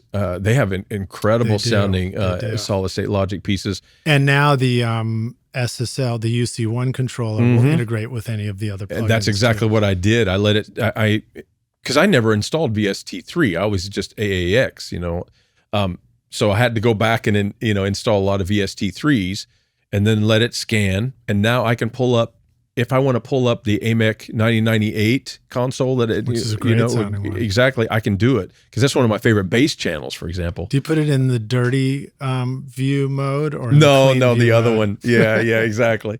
But it's still got finger smudges on it, right? But I can still do hands-on with the UC-1, which is what right. You're pulling. And with those, they pretty much match up the EQ frequencies, like high and for the most part. I think it's the 9098 is the one that's opposite though, where the gain and the Q or there's something that's backwards by default. Okay. But you can change it because you can assign it to tell it to do it the other direction. There is something else new I discovered. So one of the things that's very cool and useful, can be very useful on the UF8, is there's a rotary knob. And there's buttons with it. And one of the buttons is called focus. And with the focus button, I'm telling you probably what you already know, but you hover the mouse over a plug-in button, and then you grab that knob. And if it's in focus mode, you turn that knob and it's turning the knob on the plug-in, which is more fun than, having to do it with a mouse, I find, even the wheel on my trackball. But sometimes, occasionally, depending on which plugin, it might turn it the wrong direction. And then you're scratching your head. You're like, which way do I want to tell the mouse movement? And I discovered there's this handy little free plugin or a little app on the Mac called like Scroll Reverser. So you just download that and then you can just enable that in that moment and everything will scroll the right way and turn it back off again. Yeah, anytime we can get away from the mouse is a good thing for me. But next, so sometimes there's compressors that I like before my SSL channel strip. Right. On electric guitars, for example, I have multiband compression because sometimes if it's too sharp or strident and attacky, I will run a multiband compressor to kind of knock back the attacks of the guitar before, so it's more consistent before I ever apply my channel strip EQ and things like that. And so that, that's just an example of why the SSL is like in the third slot or something. But I'll have, even though the SSL may come up on about 80% of my channels, I'll have API, Neve, or vanilla flavorless things like Fab Filter and things like that, it made inactive and they're bypassed. So they're not using any DSP. But if I go start mixing, and the guitar parts are adding up, and I'm like, okay, I can't even though the 4KE is my all-time favorite electric guitar EQ, I can't use any more channels of it because it's all just starting to sound, the same. Right. And that's one of the beauties of mixing in the box. But even in hardware world, all of our heroes always had a handful of channels of APIs and Neves and things behind them. So for me, like I can switch. Maybe I'm on guitar pass number 5 and 6, and it's another stereo pass of something. I'll switch to the API, and that way when I boost, it sounds completely different, and all of a sudden it finds its home in the mix. Yeah. Just because I switched the circuit, because those analog circuits sound different. It's like using the same mic for a bunch of overdubs. Yeah. You start noticing that whatever the signature of that mic gets accentuated because you did so many layers of the same thing. And that's a lot of our heroes knew that, right? That's why they had all those various pieces in the rack to differentiate certain things from certain things, and it all starts at the recording process, but by the time we get to the mixing process, all that's determined. So the tools that we have to use to our advantage to make a mix sound better, as in the modern era of track counts getting extremely high, a lot of times for me is differentiating between various sounding analog EQ models. It's a big tool. It's a very powerful tool. And then you mentioned Plugin Alliance Brainworks. They have some nice features in there where it's sort of like a randomization across a bunch of channels, which I think helps with that a little bit too. And they're built in. I think it's called THD or something like that. Total thermal harmonic distortion. Is that right? Is that what it stands for? Yeah, THD. The drive, basically. Or third harmonic distortion. Yeah, it is stunning good at times. So, for example, on my, I have channels here and there where I know I really rely on that sound. So instead of the SSL brand plugins, I'll use the Brainworks plugins in those instances, even though it's still a 9K or still a 4K. That one feature is what I'm after. Right, that makes sense. That drive, and the 4KB has got a little bit of that drive in there too. Yeah, it does. From SSL. And the 4KE also has the mic pre-gain built into it. We actually just made a new plugin recently called the MBSI with Make Believe Studios and Metric Halo, and it's a plugin in collaboration with Bill Simzik of my famous MCI console that was in my studio for 15 years. I'll have to show that one to you because I don't know if you've seen that one yet. I have not. But it also has some of those features, so you can do randomization between channels and dual mono mode on stereo things, so it gets a little. The dual mono thing is legit. Yeah. So talk about that feature, because you do stereo width is an important thing that you teach as well. What do we want to know about that? Well, first of all, there's nothing to be afraid of.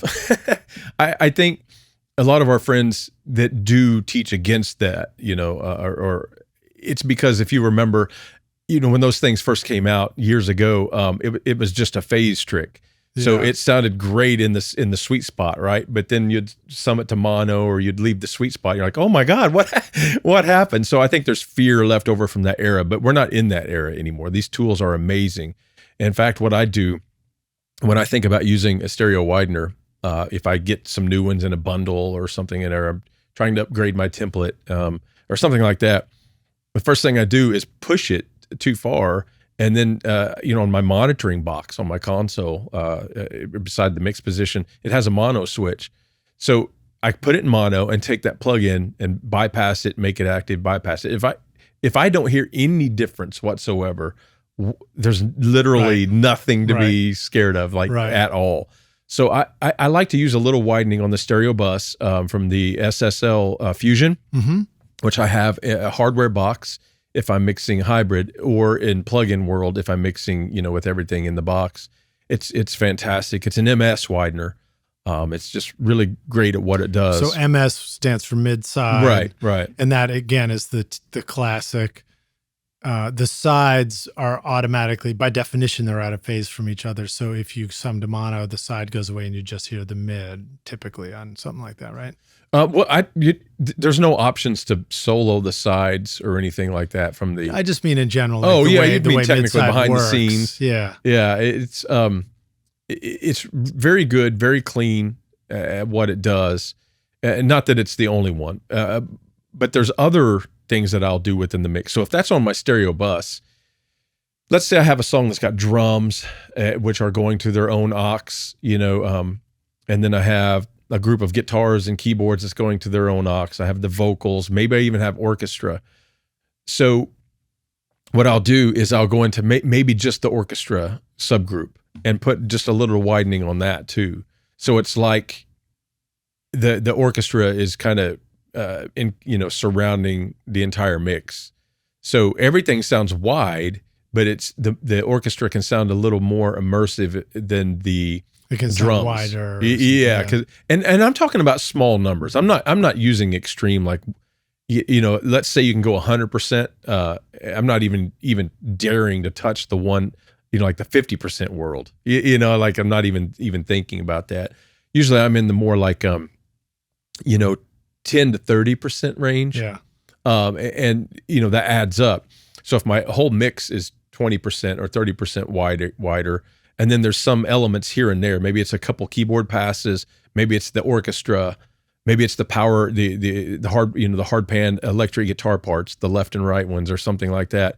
That's just a little bit wider than other things in the mix. It's just a way of creating extra dimension to me. Yeah.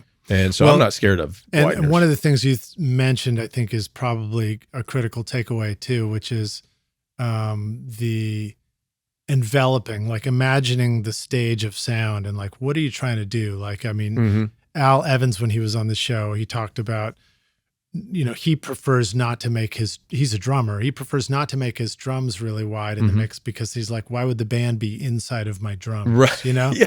And it's like, it's just an interesting way to think about it. It's like, you can picture a singer inside an orchestra, but you might not picture an orchestra inside a drum set or something with a singer. Right. So like maybe that's a good way for us to think about stuff. Yes. Like for me on my drums, I pan the overheads around, and it can vary, but like my starting go-to spot is around 75% for the overheads. Yeah.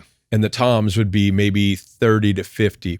You're not going to have a high-pitched tom over here, like way to your left, right? Because it just sounds very unnatural. The high tom is in the center of the kit. Anyway. Yeah, just a little left of center. Yeah, you're right. Yeah. And by panning them too extreme, sometimes it causes weird. It doesn't gel well with the overheads because the overheads are giving you an accurate representation of what that kit was. So sometimes it's good to solo up your overheads and hear the toms and kind of put them. Not that you can't cheat and go a little wider than that, but sometimes going extra wide, you're like, why is it just not working? It's because it's not working with the overheads anymore. Yeah. So that's something to think about. Do you feel like the time that you've spent watching YouTube videos, trying out mix tricks, and tweaking version after version of your mixes has gotten you nowhere? Have you been looking for more of a simple and straightforward step-by-step process for creating a pro mix that won't take years to learn? What if you could have a Grammy-winning mix engineer who understood all of your struggles and could coach you through them? If you struggle with any of these questions, then the Ultimate Mixing Masterclass is just for you. Now you can discover the proven step-by-step mixing system from Grammy-winning mix engineer Craig Alvin for consistently creating a pro-quality mix in your home studio that will sound great everywhere. Listen to this quote from one of our students, David. That was absolutely the most helpful and informative block of information and mentoring on the mixing process that I have ever been a part of. That was like sitting behind a mix engineer for years, watching and picking up pro tips along the way, condensed into a 6 to 7 hour session. Look, I'm so confident that this will help you take your mixes to the next level, that if you can't get a killer mix in 30 days, I'll give you a refund, no questions asked. So if you're ready to take your mixes to Grammy-winning quality, then go to ultimatemixingmasterclass.com and start now by checking out the free preview of the ultimate snare mixing trick. And hopefully I'll see you in the front row of the Grammys. We just mentioned vocals too, so let me go to that because that's really important. One of the things that you're great at, and especially listening to your playlist and the music that you've done, Rockstars, we have that included in the show notes. So please go click through and you can go hear all these records that Joe's done. But what a great sense of vocal. That's you clearly have a true deep appreciation of the importance of a wonderful sounding voice. And Once Was by El Sarah, for example. Beautiful, beautiful voice. and also just a really cool use of delay throws in the vocal and stuff like that. Yeah. So I thought to sort of close out, let's talk about stuff that you have learned about making sure that your vocal recording is really beautiful from the start through the mix, and maybe that's too wide of a question. No, that's a great question. And then like fun stuff like delay throws, which really is more of a comment on vocals. Static mixes are wonderful for beginning a mix, but a vocal performance from top to bottom of a song, maybe we don't want to think about static. Maybe we need to think about it as breathing and different treatments in different moments and stuff like that. Absolutely. Well, what I want to say before I start getting into the recording part is, if we're trying to make our living at this, a lot of times who is either hiring us, who is deciding to go along with the producer's choice to hire us, asks for us on record number 2 because of experience with number 1, or says, no, not that guy, is the singer. Right. So it's like, even though we may be drummers, we may be guitar players, we can't underestimate how important the lead vocal is to our career. I mean, it really, really is. Even if we are only caring about how great our snare drum sounds, like we have to serve that vocal. That said, recording wise, I have a lot of microphones. I have a problem, I do too. I have gear acquisition syndrome, but I'd like to think about the vocalist, that specific one, and choose a mic that seems to match with their sonics. Okay. That's a great thing to suggest. How do we go about doing that? Well, okay, so my first go-to setup of the day is probably going to be a 47 because they sound great on almost everybody. Okay, cool. And for those of us who didn't have a 47, it might be just knowing what mic you have that tends to sound good. Right. So for me, when I think of I always, no matter what brand the mic is and how modern it is and what the model number is, I always think of things, probably because of my age. I think of a C12, like very, very bright, very airy. When they're cool, they are extremely cool. And when they're not, they're just way too thin, way too lispy, transient rich, they just don't match the track at all when they're wrong. Then we go to 251, which has got some of that pretty air, but it also has a beautiful creamy mid-range. Right, yeah, it does. So sometimes we want to lift a singer out of a track, and they don't have sibilance problems, really strong T's that sound like S's and things like that. The 251 is the perfect match because we get that top end lift, but we still get that beautiful, creamy, beautiful mid-range. I just got a Roswell Pro Audio Aztec, which is their version of a 251. And God, it sounded so great. When they match the vocalist, they're a stunning microphone. A 251 is. Yeah. And then acoustic. It sounded really good on acoustic. Oh, I bet. Yeah. I use 251s on acoustic sometimes. And then I think of the 67, which is right in the middle, kind of the neutral mic that, because it's neutral, almost has a mid-forward quality. Mm-hmm. It kind of pushes, but that's where a lot of times when we use a 67, it's on things that we want to cut through that mid-range in a mix. I have a 67. I've used that a ton on stuff and loved it. Yeah. But there are times where the word I wanted to use was like on, and especially on some female vocals, I felt like it sounded strident. It put too much edge into a voice. Yeah, I totally agree with that. I had a guy explain that to me one time about the way it's manufactured. Part of the design is like I got a feedback thing. Oh, where and trying to think of the terminology he used, but it was real. When he told me in his good way of explaining technical stuff to an untechnical guy, I remember thinking, now I know why I get that sound sometimes on really loud singers. Like I get it. And then you got the 47, which is perfect. I mean, just great in every way. Yeah. But how do you describe the sound of a 47? Heaven. No, but and a tube 47. Right. 47. Oh, absolutely. But like a lifted top? Too? Well, no, not to me. I think I think the 251 is lifted on top. Right. And I think a C12 is especially lifted, or the Sony. I think the 47 is beautiful on top, because it's not excessive. But for some people, it's not energetic enough. So they need the energy of a 251. And at 47 also can be on some male singers. It gives you so much low mid warmth and thickness that you have to carve all that out. It's like, this is almost too much, because they're just a big baritone voice or something. I do a lot of rock stuff and, a lot of stuff where there might be a lot of information in the mids. And it's always striking how a really wonderful sounding mic on its own. It's like discovering that you can't mix by using the solo button. Right. You'll pull up a sound, you're like, God, my U67 sounds so wonderful on the lead vocal, but then I'd, put it in the track and I'm like, why does it just sound like the singer's disappearing into the track? Whereas an SM7 helps them cut through. So it's always fascinating the way mics interact with the combination of everything too. Yeah. So I like to, sometimes it's people we've worked with before. If it's somebody we haven't worked with before, a lot of times you can hear them talking and if there's a sibilance problem or how deep the chest cavity, is. So you're talking about football, but in your mind you're like, you're thinking about the microphone that would work. Another to me, just a crucial part of the chain is the preamplifier.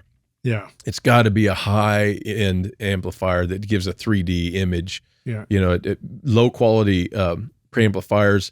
If that's what they have, if that's what our friends have, that's what they should use, because there's never a reason not to make music. Never let the lack of gear hold you back. But that said, when you can afford it, circuits like a Neve sound amazing because they're bigger. Which, any particular? Well, all the old ones, the transformer-based, 1073s, 1081s, 1080, anything from that era that's got like the Carnhill, St. Ives, or Mariner. Is that what it was called before it was called Carnhill?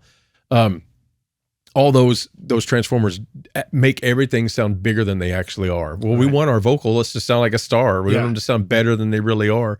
I've noticed that about like sometimes I have mic pre's that are very clean, which can be wonderful in certain situations, but when a vocal goes on it, I'm like, oh, somehow it's not coming forward missing towards me. It's just missing a depth of energy. That bring that. I agree. Forward. But then, then again, a Neve does have a harmonic distortion footprint, which is awesome for a lot of things. You mentioned El Sarah, that's a 73. And we actually we made sure we went near the point of very audible harmonic distortion at times, because we were looking for that rock vibe for her on a lot of her songs. Another thing that's sitting behind me is the Moog pre-EQ. That is a transformer-based preamp as well, but it's a higher headroom, cleaner transformer sound. So sometimes we're working on music where it's got to be stunning, right? Jazz, Broadway stars, there's just times where we don't want harmonic grit added. Right. Yeah, because especially those big stage performances. Oh, big, massive dynamic range. People. Yeah, the singers will, you're just praying that what you're engineering doesn't somehow get in the way of the performance. Because you never want to hear the circuit. If we used a Neve on somebody with that kind of dynamic range, it's like all of a sudden, what happened? What happened? It does not. Why did it get squished? Yeah, why is it distorted? Is that distortion I hear? Yeah. Well, it's like, but it's pleasing. Well, maybe if it was, Green Day, right? So I think matching up a preamp, even though I generally stick only with transformer-based or tube-based things, I think matching a preamp and mic is really important. What's the preamp when you're like, please don't let me get in the way of this diva? The Moog. The Moog. The Moog. Okay. Ever since I tried it for the first time, it was like, okay, that's what I was looking for. And another good one is the Avalon 2022. Yeah. Which is the non-tube version. I have two of the 747s, and they're amazing, but they also are a tube circuit, so you can get harmonic distortion. The 2022 seemed to have a lot of high headroom. And the Neve 9098 was actually a really good vocal preamp as well.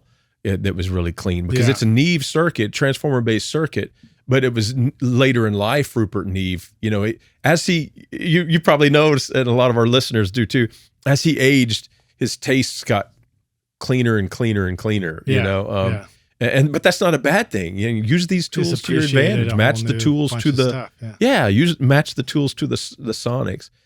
Okay, so that's capturing, right? is making sure we have the right microphone and the right preamp to get the job done, and making sure our gain level stays safe. That's a big problem. I just mixed a song yesterday. A guy does all his recording in his home. He's a great singer, and but he sometimes overdrives the mic pre in a very distasteful way. But he's in the middle of singing. He don't really know. He's not paying attention. He's just thinking about the performance. But as engineers in the control room, if we're producing, we got to be thinking about the performance too. But the gain levels and the compression levels and all that are really, really important. Yeah. To keep your eyes on. But then in the mix, for me, there's a couple things. I listen to it with the vocal because I got to know what story we're telling, right? We got to know where it's going. Is there a bunch of vocals? Is it a trio or a quartet? Or is it, a soloist with some airy background vocals, no background vocals? Like, we have to know what we're getting into before we ever do anything else. But that said, I actually, once I know where I'm going, I mix the band first. I mute the vocals. I don't even have them on. Every once in a while, I'll turn them on a little bit softly when I see how, let's say I'm automating the electric guitar in verse 2 to make sure that all his fills are popping out.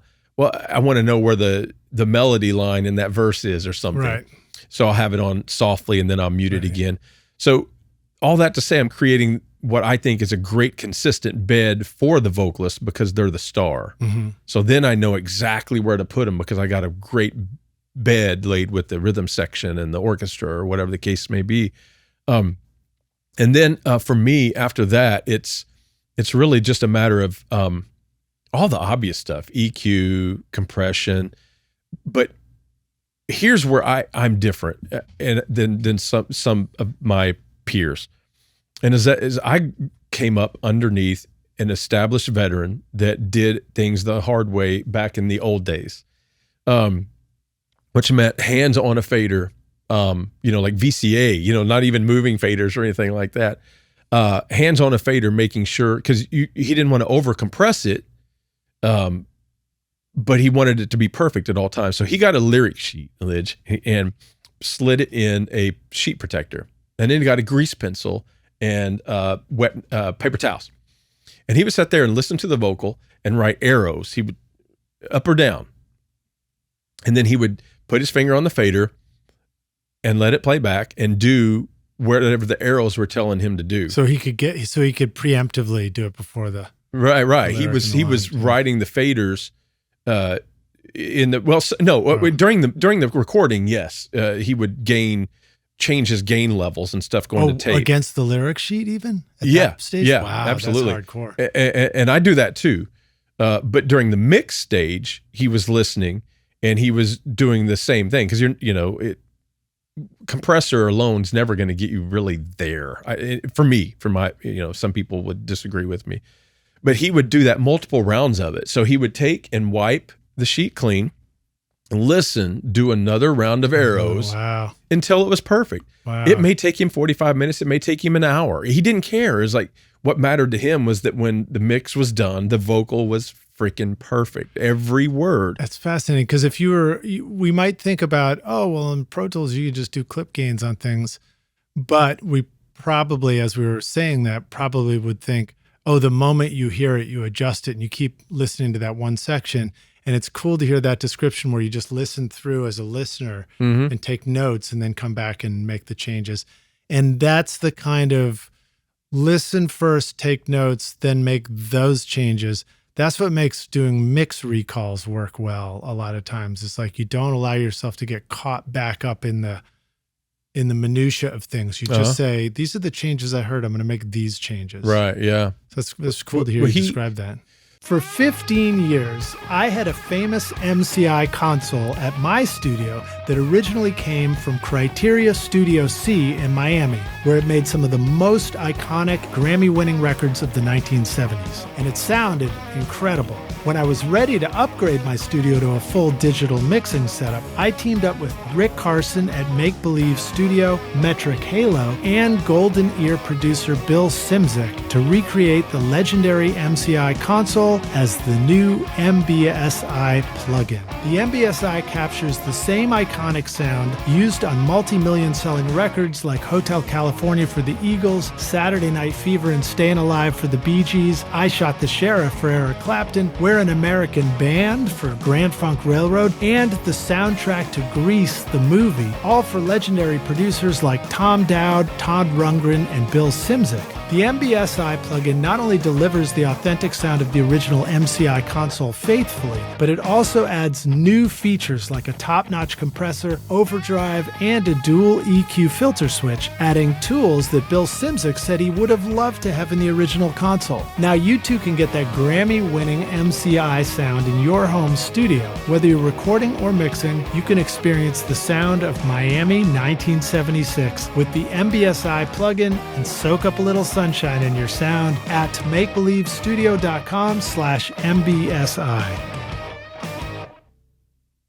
You know, so our friends get their chain going, right? This is the compressor. And yeah, clip gain is part of that because you can't have wild dynamic swings. Right, so we right. clip gain and set our compressors based on the level of post clip gain. Yeah, absolutely. By all means, use clip gain for that.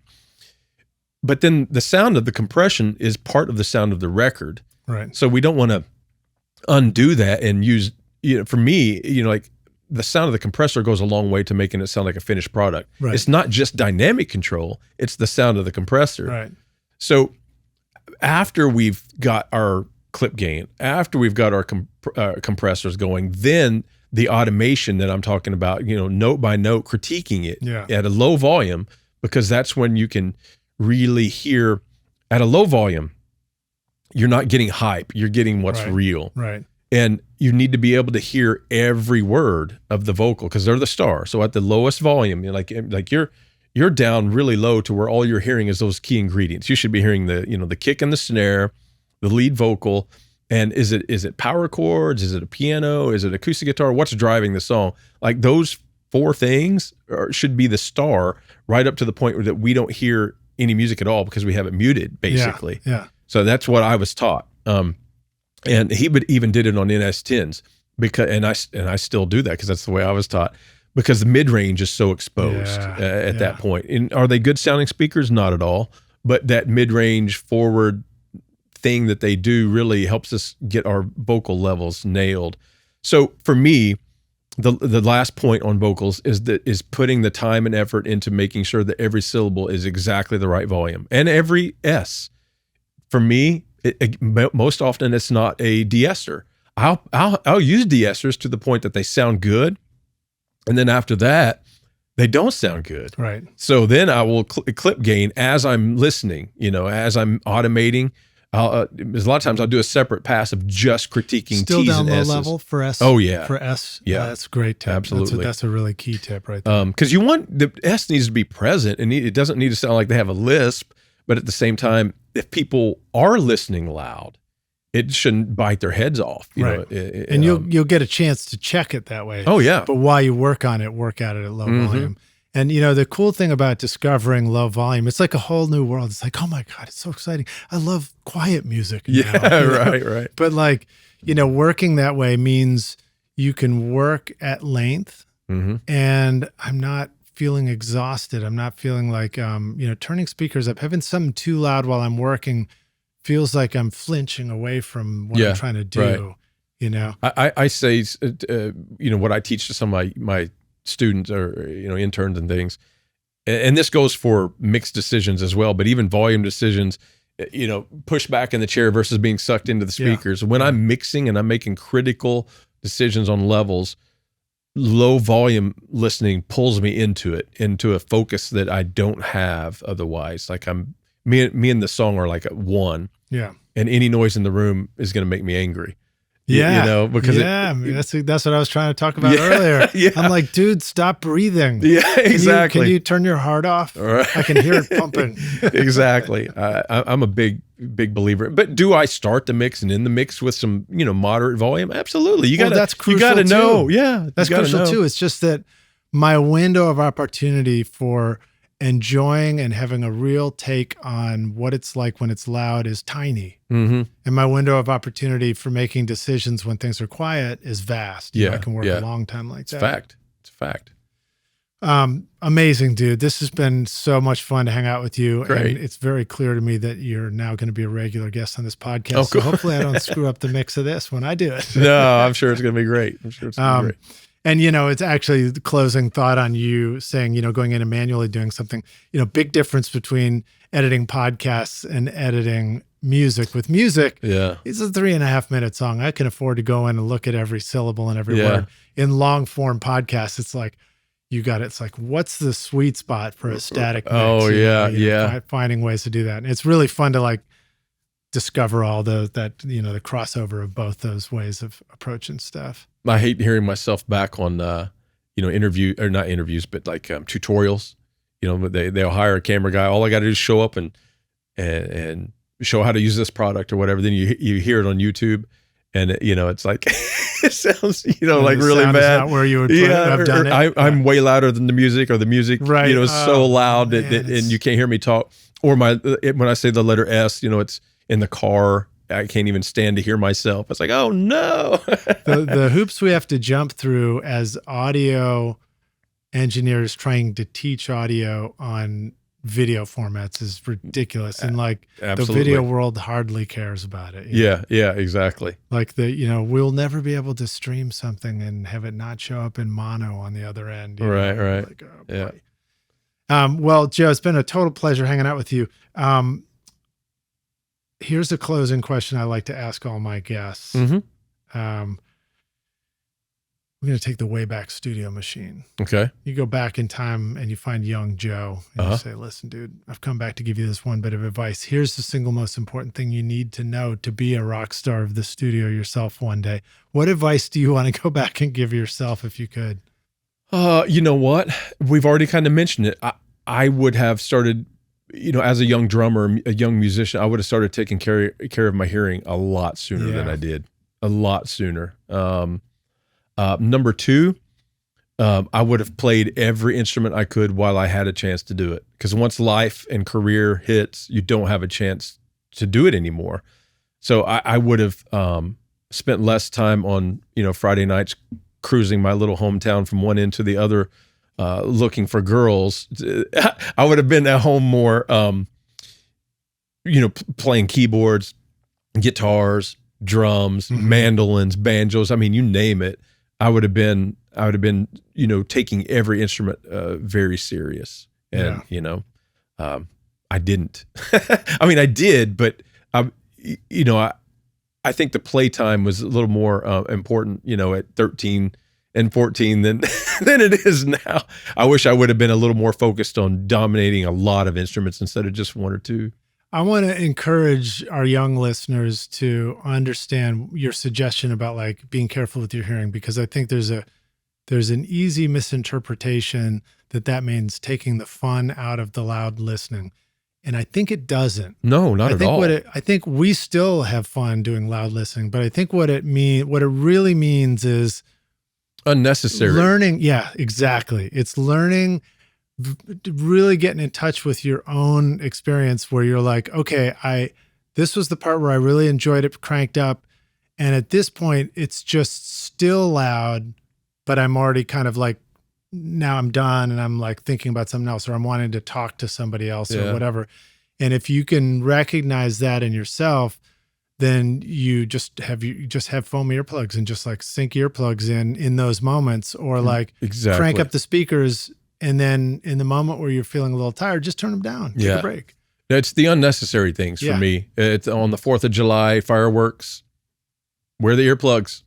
You go to the rock concert to see Kiss. I'm always so far from the fireworks. There you go. You're going to watch your favorite band in concert. Wear the earplugs. You're mowing the yard. Wear the earplugs. It doesn't take the fun out of life. I'm not saying live in the earplugs, and have a good time. But just that kind of stuff is what adds up. Over a career. Probably like most of us, as you hit 20 or something like that, and you start doing this a lot more, you're gonna wake up one morning and be like, oh, my there's a little bit of noise now, or there's a little bit of ringing. So then just take that seriously and just be like, don't freak out, but just be like, all right, from now on, I'm going to like only be loud in the moments that I want to be loud. And the rest of it, I'm going to find some way to, protect my ears from the loud stuff. And I'll throw one last little point in there. And as we age, all our hearing, all of us experience top end roll off. We all know this is part of aging.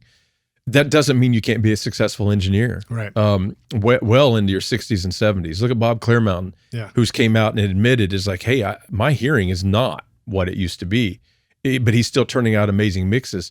So if it's not a horrendous accidental type of hearing loss, if it's one of these just, hey, as you age, a little bit here, a little bit there is leaving you, your body, our brains learn a way around it. Right. And so you can still be an crazy good mixer and not hear anything above 8K.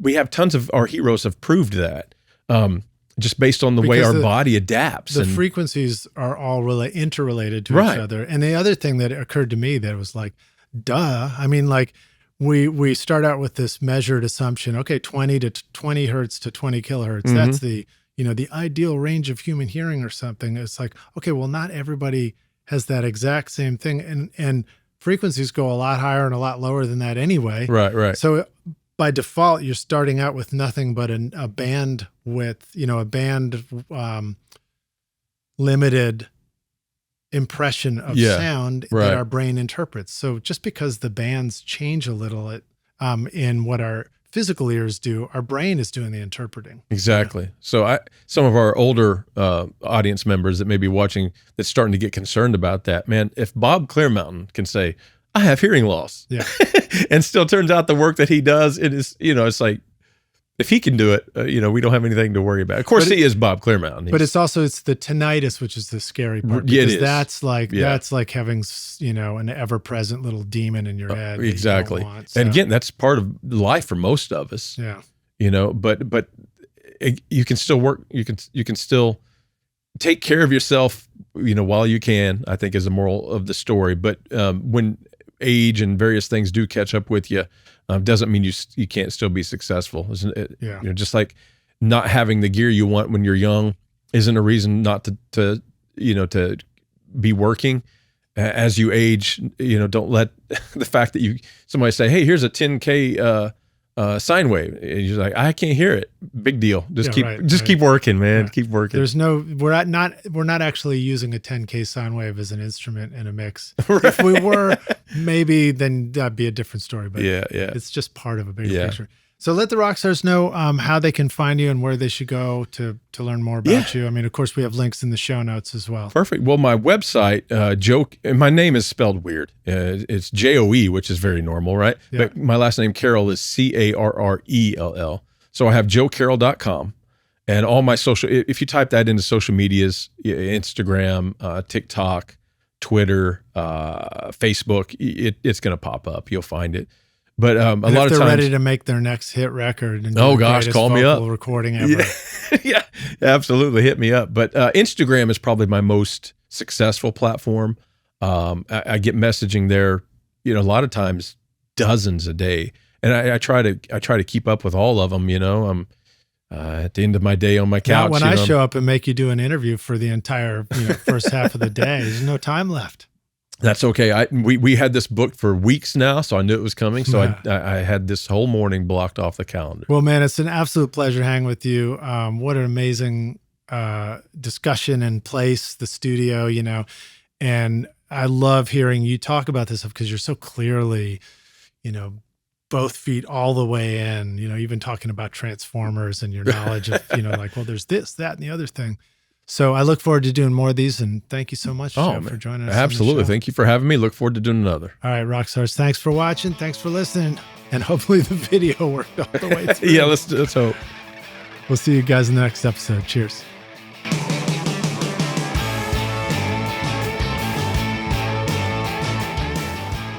Thanks so much for listening to Recording Studio Rockstars. If you enjoyed the show and want to help make it better, then please share this episode with your friends on social media and leave a rating and review on iTunes to help the podcast reach more rock stars like yourself. You can click directly over to iTunes or go to rsrockstars.com/review for an easy explanation. And remember to hit the subscribe button to keep up with weekly episodes. And if you're ready to make your best record ever now, then head over to Recording Studio Rockstars Academy, where you can start with my free course at mixmasterbundle.com. Thanks so much for listening, and thanks for being a rock star. I'm Lid Shaw, and this is Recording Studio Rockstars. Now, go make great music.